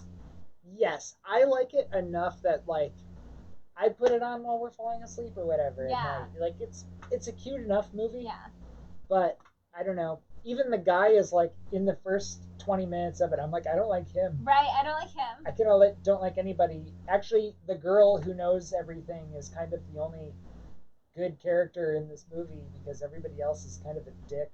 Right, but now as the girl who knows a lot about comics, who met the love of her life at a comic book store, I find it adorable in some things. However, I was like, if you would have tried any of that, we would not be here right now. Right.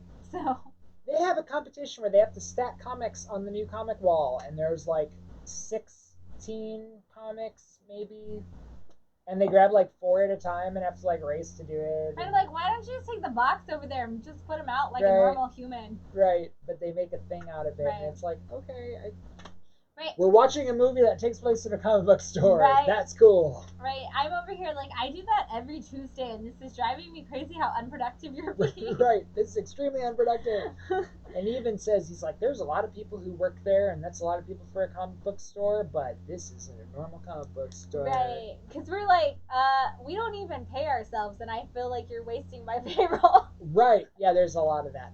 And there's like the gaming store guy that we talked about, and they even say there's like a collectibles person. Right. And, you know, the store it's smaller than ABC if you guys have been there. Yeah. It's definitely a smaller space than that, bigger than that city, but it's great. Yeah. I love it. I can't be mad at it because again, I'm just very glad that it got made, and there are so many things that are right that it's like we like laugh, and like, you know, if you've been in a comic book store ever, you're gonna laugh about some of the things. Definitely. Yeah. There are definitely moments. There is a whole thing on there where they go into taping comics in bags and boards. Clipboard. Yes. Number 1, Bat City uses resealable tabs. Yes. Resealable bags and boards are one of the greatest inventions in the comic book industry because when you have tape on the thing, it pulls up, you go to pull your comic out, your comic is coming right past that tape, and there is a 50% chance that that comic can stick to that tape or vice versa. That terrifies me. It terrifies me The too. nice thing about the resealable is you peel it up and there is no residue on there. The sticky is down here. You pull the comic out, it's fine. Now, he is taping the comics. It's his first day again in a comic book store. He's a non-reader. He doesn't know much about comics. I don't want to spoil anything. He goes to tape those comics. He's using one piece of tape. The girl comes over and says, "Hey, use 2 pieces of tape. It secures it, and people don't like the little flaps." If you guys want to know a trick, if you are going to tape comics, put your piece of tape at a 45-degree angle across, because then it will hold it down tight. It's not just one. You won't get the flaps. Put it at that 45-degree angle. It'll hold your non-resealable closure tight. Yeah. Drives me nuts. Philip said he tucks the flap into the bag. I do that too if I'm going to have non-resealables. Also good. Yeah. Also good. I like that. It makes a little too much of a poof, and then all your comics kind of sit like this in the box, which drives me nuts. That's why I use the one, and when I peel it back, I peel it from the inside or on my finger in and peel it down through the tape so the tape detaches, and then I actually take the tape off and throw it away and use a new piece of tape when I go to close it again, just so that the tape is nowhere near my comic. Professionals. Right. We put the pro in professionals. So that got under my skin a little bit, but they're making a movie in a comic book store. Right. I can't be upset about it. Can't be upset about it. Absolutely. It was at least fun to, and if you guys have that same elated experience as we do of walking into a comic book store and digging through backstock bins and just being in there and the energy of a comic book store, you get an hour and a half of that. Yeah. On Amazon. Yeah. On demand. Philip said he's gonna watch it as soon as this is over. I know, we gotta hurry up. I know, I'm like, you guys gotta watch it. Right. You guys gotta watch this movie. Philip's got a movie to watch. It's fun. Don't be put off by the bad acting. It's a small time production. Right. They're learning to be actors. Right. The manager of the store, the older gentleman, is actually, I think, the best actor. He is, and you'll love it. If you are fans of comics, you'll totally get everything about his character, and it's hilarious. Right. Super charming. As a movie, as it were, there is a conflict. Yes, right. There's actually a story to this movie. Yeah, there's a story. There's a conflict and all kinds of things. Heartfelt moments, funny moments. Yeah, it's got it all. Save the day, save the store.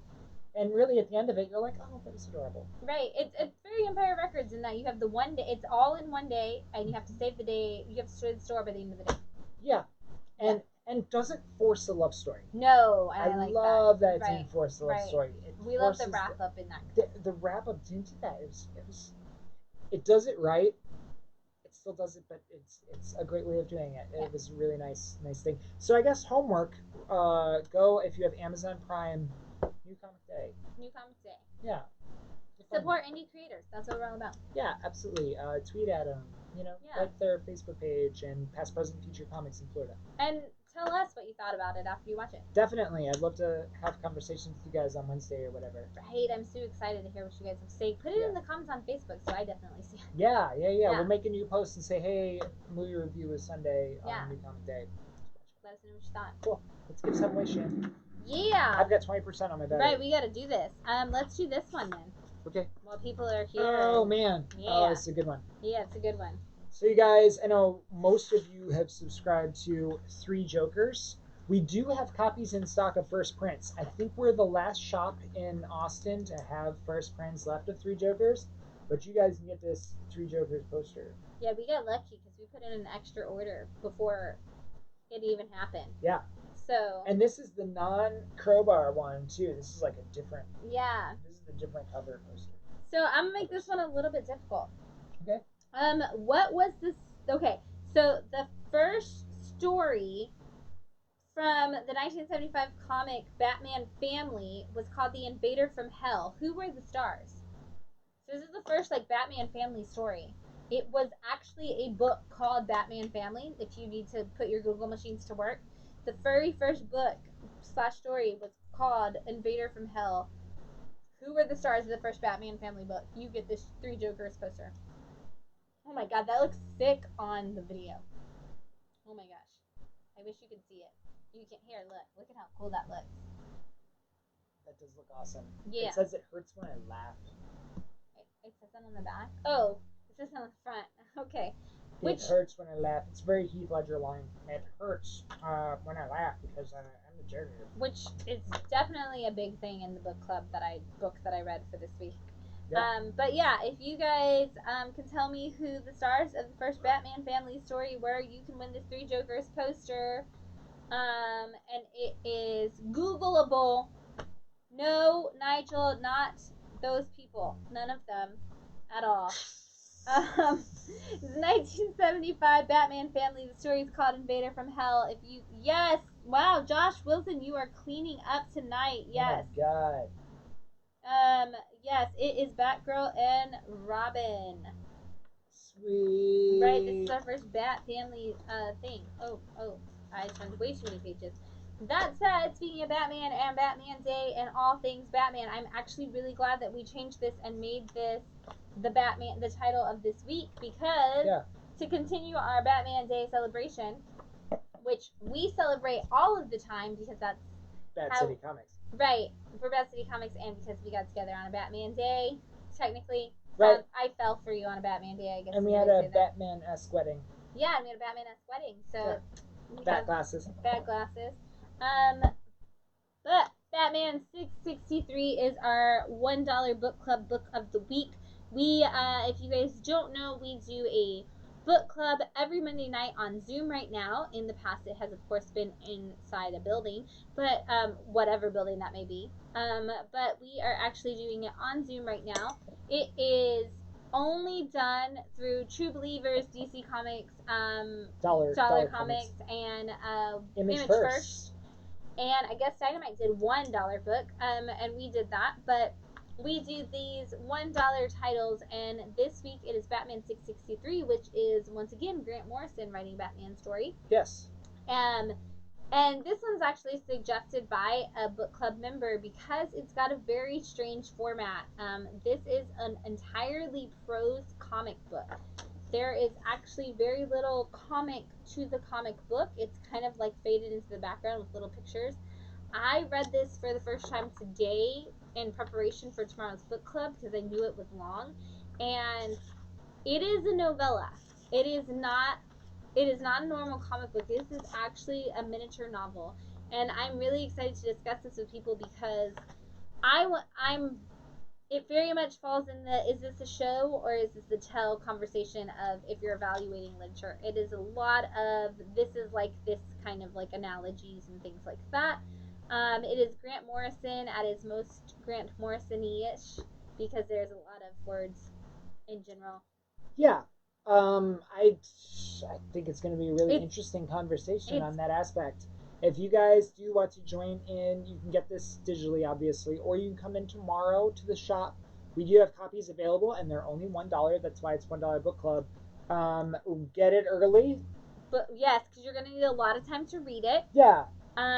You're going to need a little time to read it. Yeah. Yeah, and book club starts at 8:30 at night, and it's, like I said, on Zoom. The link is the same link for all of our book clubs, so it is actually in the book club event already.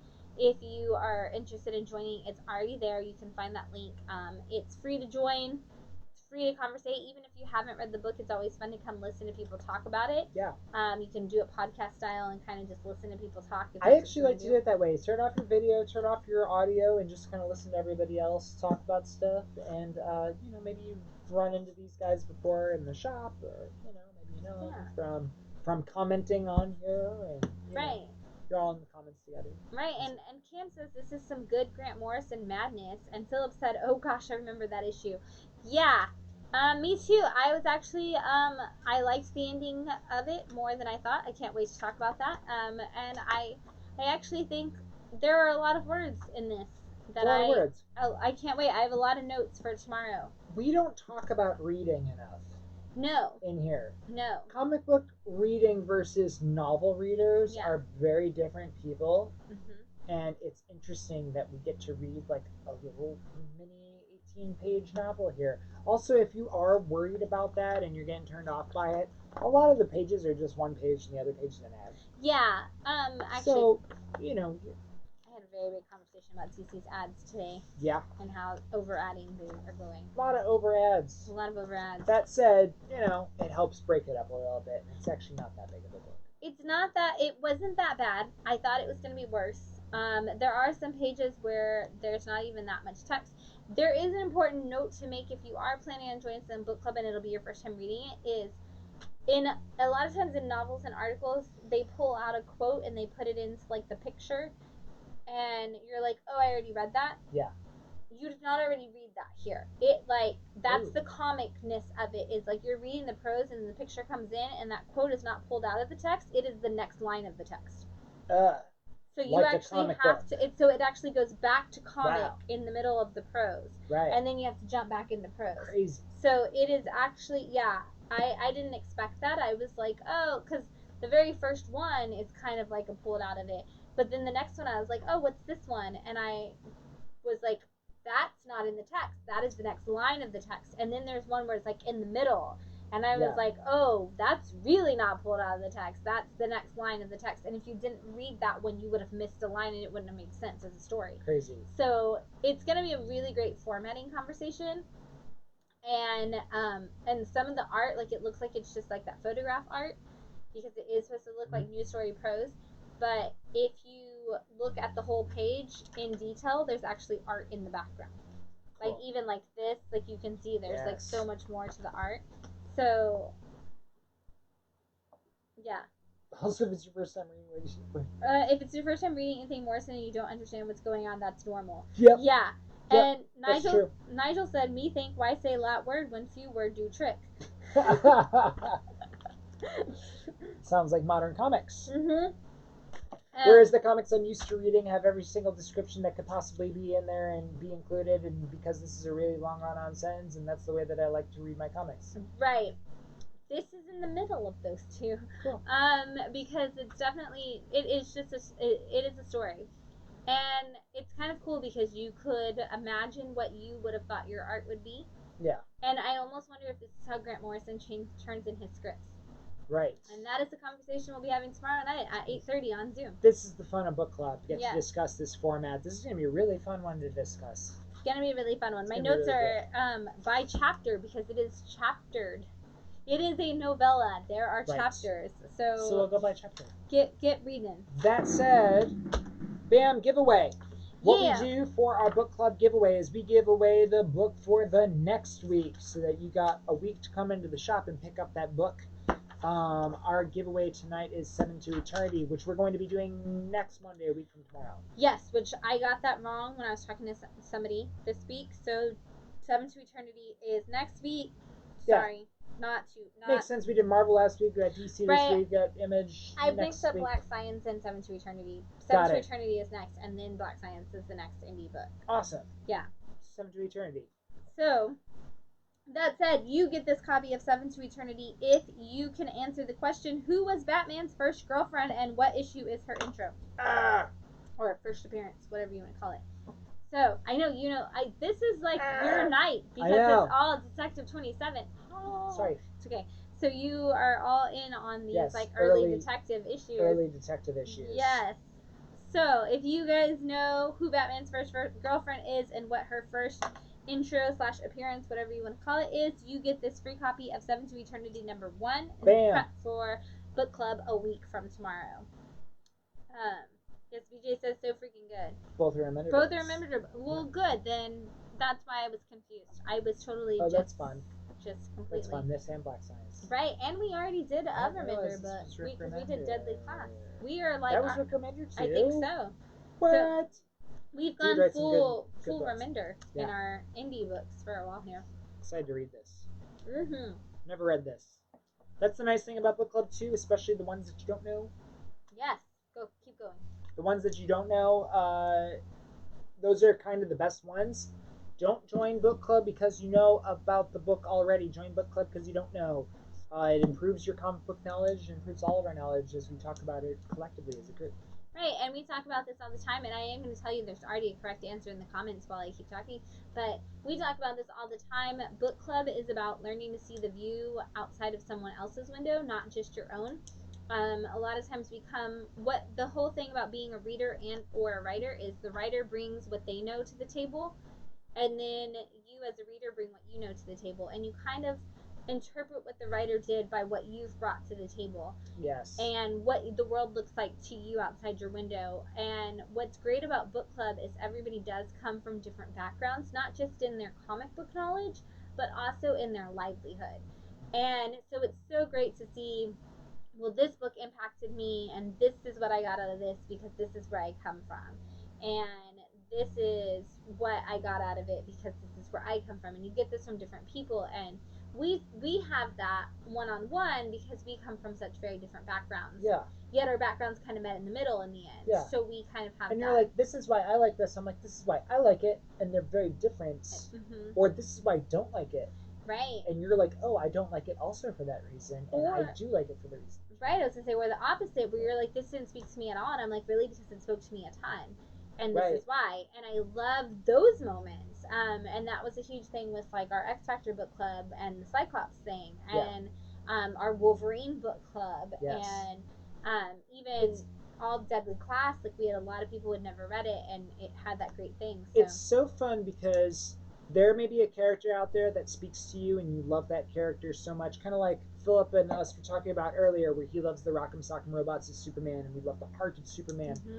The fact that every character has something that speaks to them in their own way and that they like it, it's like, oh, well, I've never connected with that character. You get to hear somebody say why they connect with that character, which gives you like, oh, that's why this character is important to the universe. Right. The comic universe, because it speaks to this type of person in this way, which I wouldn't have thought of. Now when they're on a team with the character that I like, I have more respect or whatever it is. Right, further understanding. For that character, and it's like, oh, dude, you know, Shannon would really love this because that character is in it. Right. And they're talking in this way. That's so cool that I get the thing I like when she gets the thing she likes. And we've reached this point in book club where I love it because so many people in book club can pinpoint, like, oh, I know you probably like this so-and-so because you really love these kind of characters. Right.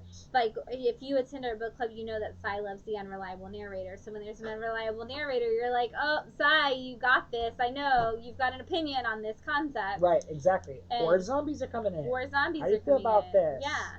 Exactly. And everybody kind of has their own thing that they bring to it. Yeah. And that's the fun of it. Please join us if you haven't already so we can see what you're into and bring another point of view to the conversation. Absolutely. There's room at our table for everybody. Yes. One of the things that I'm really big on is there was an article a couple years ago that was a bunch of comic skating men who said we're really upset about the fact that women want to be a part of comics now because we've always had this table and it's like we're at our table and we're enjoying our conversation and women are demanding a seat at the table. And my argument back to that was, well, when you wouldn't let us sit at the table, we built a bigger, better table because we're really good at building things and we also decorate really lovely. So we actually had a really pretty, wonderful table. And we've been talking about all this stuff the whole time. Wait, turns out our table was already there. Right, our table was just in the next room, and you just didn't, because you wouldn't let us in, so we built our own table in the other room, and it was a great table and a wonderful table. Right. And now, why can't we just put our tables together and have this conversation? And here it is, book club, room for everybody at the table. We're going to have that conversation. Who won this? Philip actually won this. Really? Philip, you are correct. Julie Madison was Bruce/Batman's first girlfriend, and she did appear in Detective Comics 31 back in 1939. First movie appearance?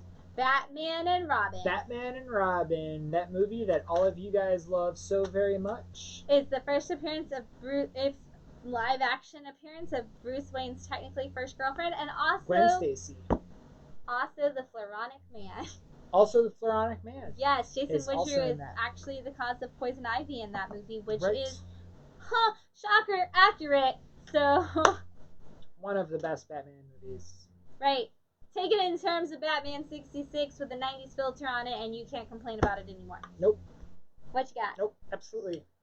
Comic industry news, just really quick. It was Batman Day yesterday. It's Batman Day yesterday, and we got an alert that X of Swords may or may not be delayed. They had printing errors at the printing plant before it's sent to Diamond, like the actual Marvel printing plant.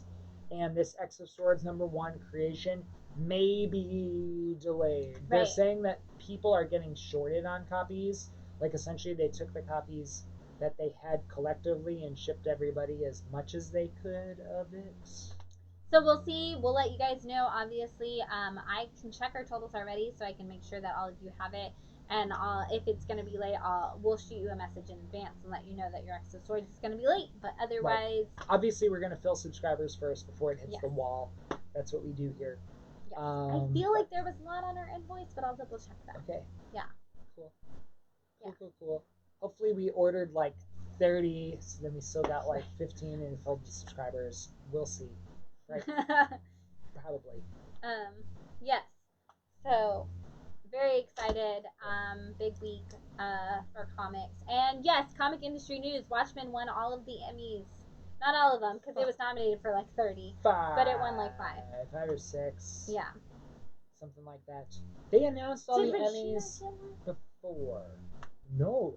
It got like costume design and sound editing. So maybe they haven't done all of them yet? Maybe. Because usually they do like some of the smaller ones before the event actually happens. They do it? Yeah, usually they do some of the smaller ones because because Emmy does a lot. It's like a huge award ceremony. So Emmy and Golden Globe usually do some of their technical awards before they actually have the ceremony. And this year I think they were going to do more because they can't have a big in-person ceremony. So I think they were saying they were going to do more. So hopefully Regina King is still going to win for being the biggest badass of all time. Right. Biggest badass of all time. Emmy. Yeah, absolutely. Yeah. My boy Trent won. Right, Trent won. Which, do you need to go on your soapbox? This is not Trent's first Emmy. Trent won another Emmy at some point. I forgot what it was. It was some CSI thing. Right. That he won for. Right. But has Atticus won? Or is this... I think it's the first Trent Reznor, Atticus Ross Emmy. Yeah. For the both of them. Yeah. Yes. Nine Inch Nails is my favorite band. I've seen them 6 times. That actually, our first dance was to a song from the Watchmen soundtrack. So I'm very excited that they are winning awards for it. Absolutely. Best original music in a series, something like that. And sound editing, and won all those smaller categories. Right. So I think they just have not done the other awards yet, because that's usually what they do. Is the ones that those people they don't invite to this. No offense, but they don't usually invite all of the sound editors and everything. I'm not in charge of the Emmys. Don't blame me. Right. But then they have all the actors and stuff to do the speeches, and a lot of times they'll do like Golden Globes does it to where it's a separate ceremony entirely. Right. So the sound editors and all them get their speeches, but that doesn't air on TV. Doesn't air on TV. And right, they get to have their party. Right, they get to have their party. I don't know that anybody gets to have a party this year. So, but they might still be doing it in separate. I used to be really obsessed with the award shows. Yeah, me too. It's like the Eddies. Nobody cares about the Eddies. Do you know the Eddies? Yeah. Yeah? What's the Eddies? I thought so. Isn't it the editing? Yeah. Yeah. It's their editing award show. Right, but there's no televised. Hey, I went to the Addy Awards when I was like 12. Yeah? And that's the American Advertising Association's awards show. I went to their party. It's a lot of shows. They don't even get an award show either. Right. You know what? Those commercials don't make themselves. Thank you very much. It's also Social Media Manager Day today, so congratulations to those of us who have been having to run social media accounts during COVID and have maintained a positive attitude, because it hasn't been an easy task. It's not been an easy task at all. So, speaking of social media and things that you can order and your social media managers who you love, we every month have previous catalogs. Like I said earlier, the initial order is how we order comic books. It's 2 months out, not 10 months, 2 months out. 2 months out. From when comics actually hit the shelves. At Bat City, we do a thing where if you would like to do an order for your previews, if you come in, check out the preview catalog and order before the preview date. If you decide to prepay, you save 15% off of your comics, and they will be paid for when they arrive 2 months from now. Yes. If you are a subscriber and you choose to prepay and do a previews order, you actually save 20% off of your total, and again, your comics are paid for. Our preview day for comics releasing in November is actually this Thursday. So if you don't already have an appointment set this week, but you would like to, please let us know. You can send an appointment and you can go through our previous catalog for Marvel and indie titles. We can pull a computer up and you can try to find the DC one online to order from DC. They don't actually have an IO, so it doesn't really matter. It's just Marvel, and it's things that come through Diamond that have an initial order. Plus, these catalogs are super fun. Yeah. If you guys haven't gone through one of these before, they blew my mind the first time I went through one of these because there is so much in here. I mean, there's just pages and pages of statutes that you can order. All that stuff too. If it is a solicit for the month, you can get 20% off those if you prepay for it. As long as it's not a sideshow statue. Right, exactly. As long as it's not a sideshow, but there's no sideshow in this. Anything that you order out of these catalogs and you prepay for, you get 20% off. If you're a subscriber, you get 15%. If you're a non-subscriber, and if you prepay for the titles as a subscriber, when they come in or whatever, you still get your punch on your punch card just for picking them up. And I bring that up partially because I've had a lot of you messaging me personally and messaging Bat City about the Native American Indigenous covers that Marvel is doing for Indigenous People Month coming up in November. There are covers for a bunch of the titles that are going to be really amazing. They're done by, it's like an own voices kind of thing. That said, Marvel is releasing a Marvel Voices for the month that is just specifically for the celebration of the month, but they are also doing a new printing of Marvel Voices, the original, which was a title that a couple of you guys actually picked up when I had it here in the store. But it is a great and wonderful thing that shows all of the own voices commentary from everything from LGBTQ to people of color. And I'm super excited about this. So if you are looking to order these, because I know a lot of you have asked about them, if you're looking to order them, if you come in this week and you put in your order for them and you prepay, you will get that discount. Because that's a great way to save on titles you know for sure I'm going to want this title. For things that you're like, I don't know for sure I'm going to want it, you can order it and then not pay for it and then not have to worry about it. And then you won't get the discount when it comes in, but at least you know that there's a copy coming for you even if you change your mind. But those that you prepay for, of course, it's a great way to save, especially because this is in there. Right. The Road to King in Black is coming. If you guys are excited about that, there's Symbiote Spider-Man #1, King in Black. So I want to know if we have any Marvel Voices. We do not have copies of the original Marvel Voices left. I sold out of that. But I am 100% going to be ordering additional copies of the original Marvel Voices as well as the new one coming out for the Indigenous peoples, because I'm very, very excited about that. The last one had amazing stories in it that made me cry, so I'm very excited to see what this one is going to do for us. And there's a lot of really good titles in here. Also, if you guys didn't notice what's on the cover, this is the crossover month. So if you're looking to get crossover by Donnie and Jeff Shaw, this is a chance to get that for that discounted rate and get those covers ordered. Oh my god, if you this is your moment. Get your crossover at a discounted rate because it's going to be huge and you're going to want it. Totally. And my jam, the Eternals, little Jack Kirby evolution, whatever you want to call it, descendant of Jack Kirby's classic. Right, Eternals. I'm excited for this.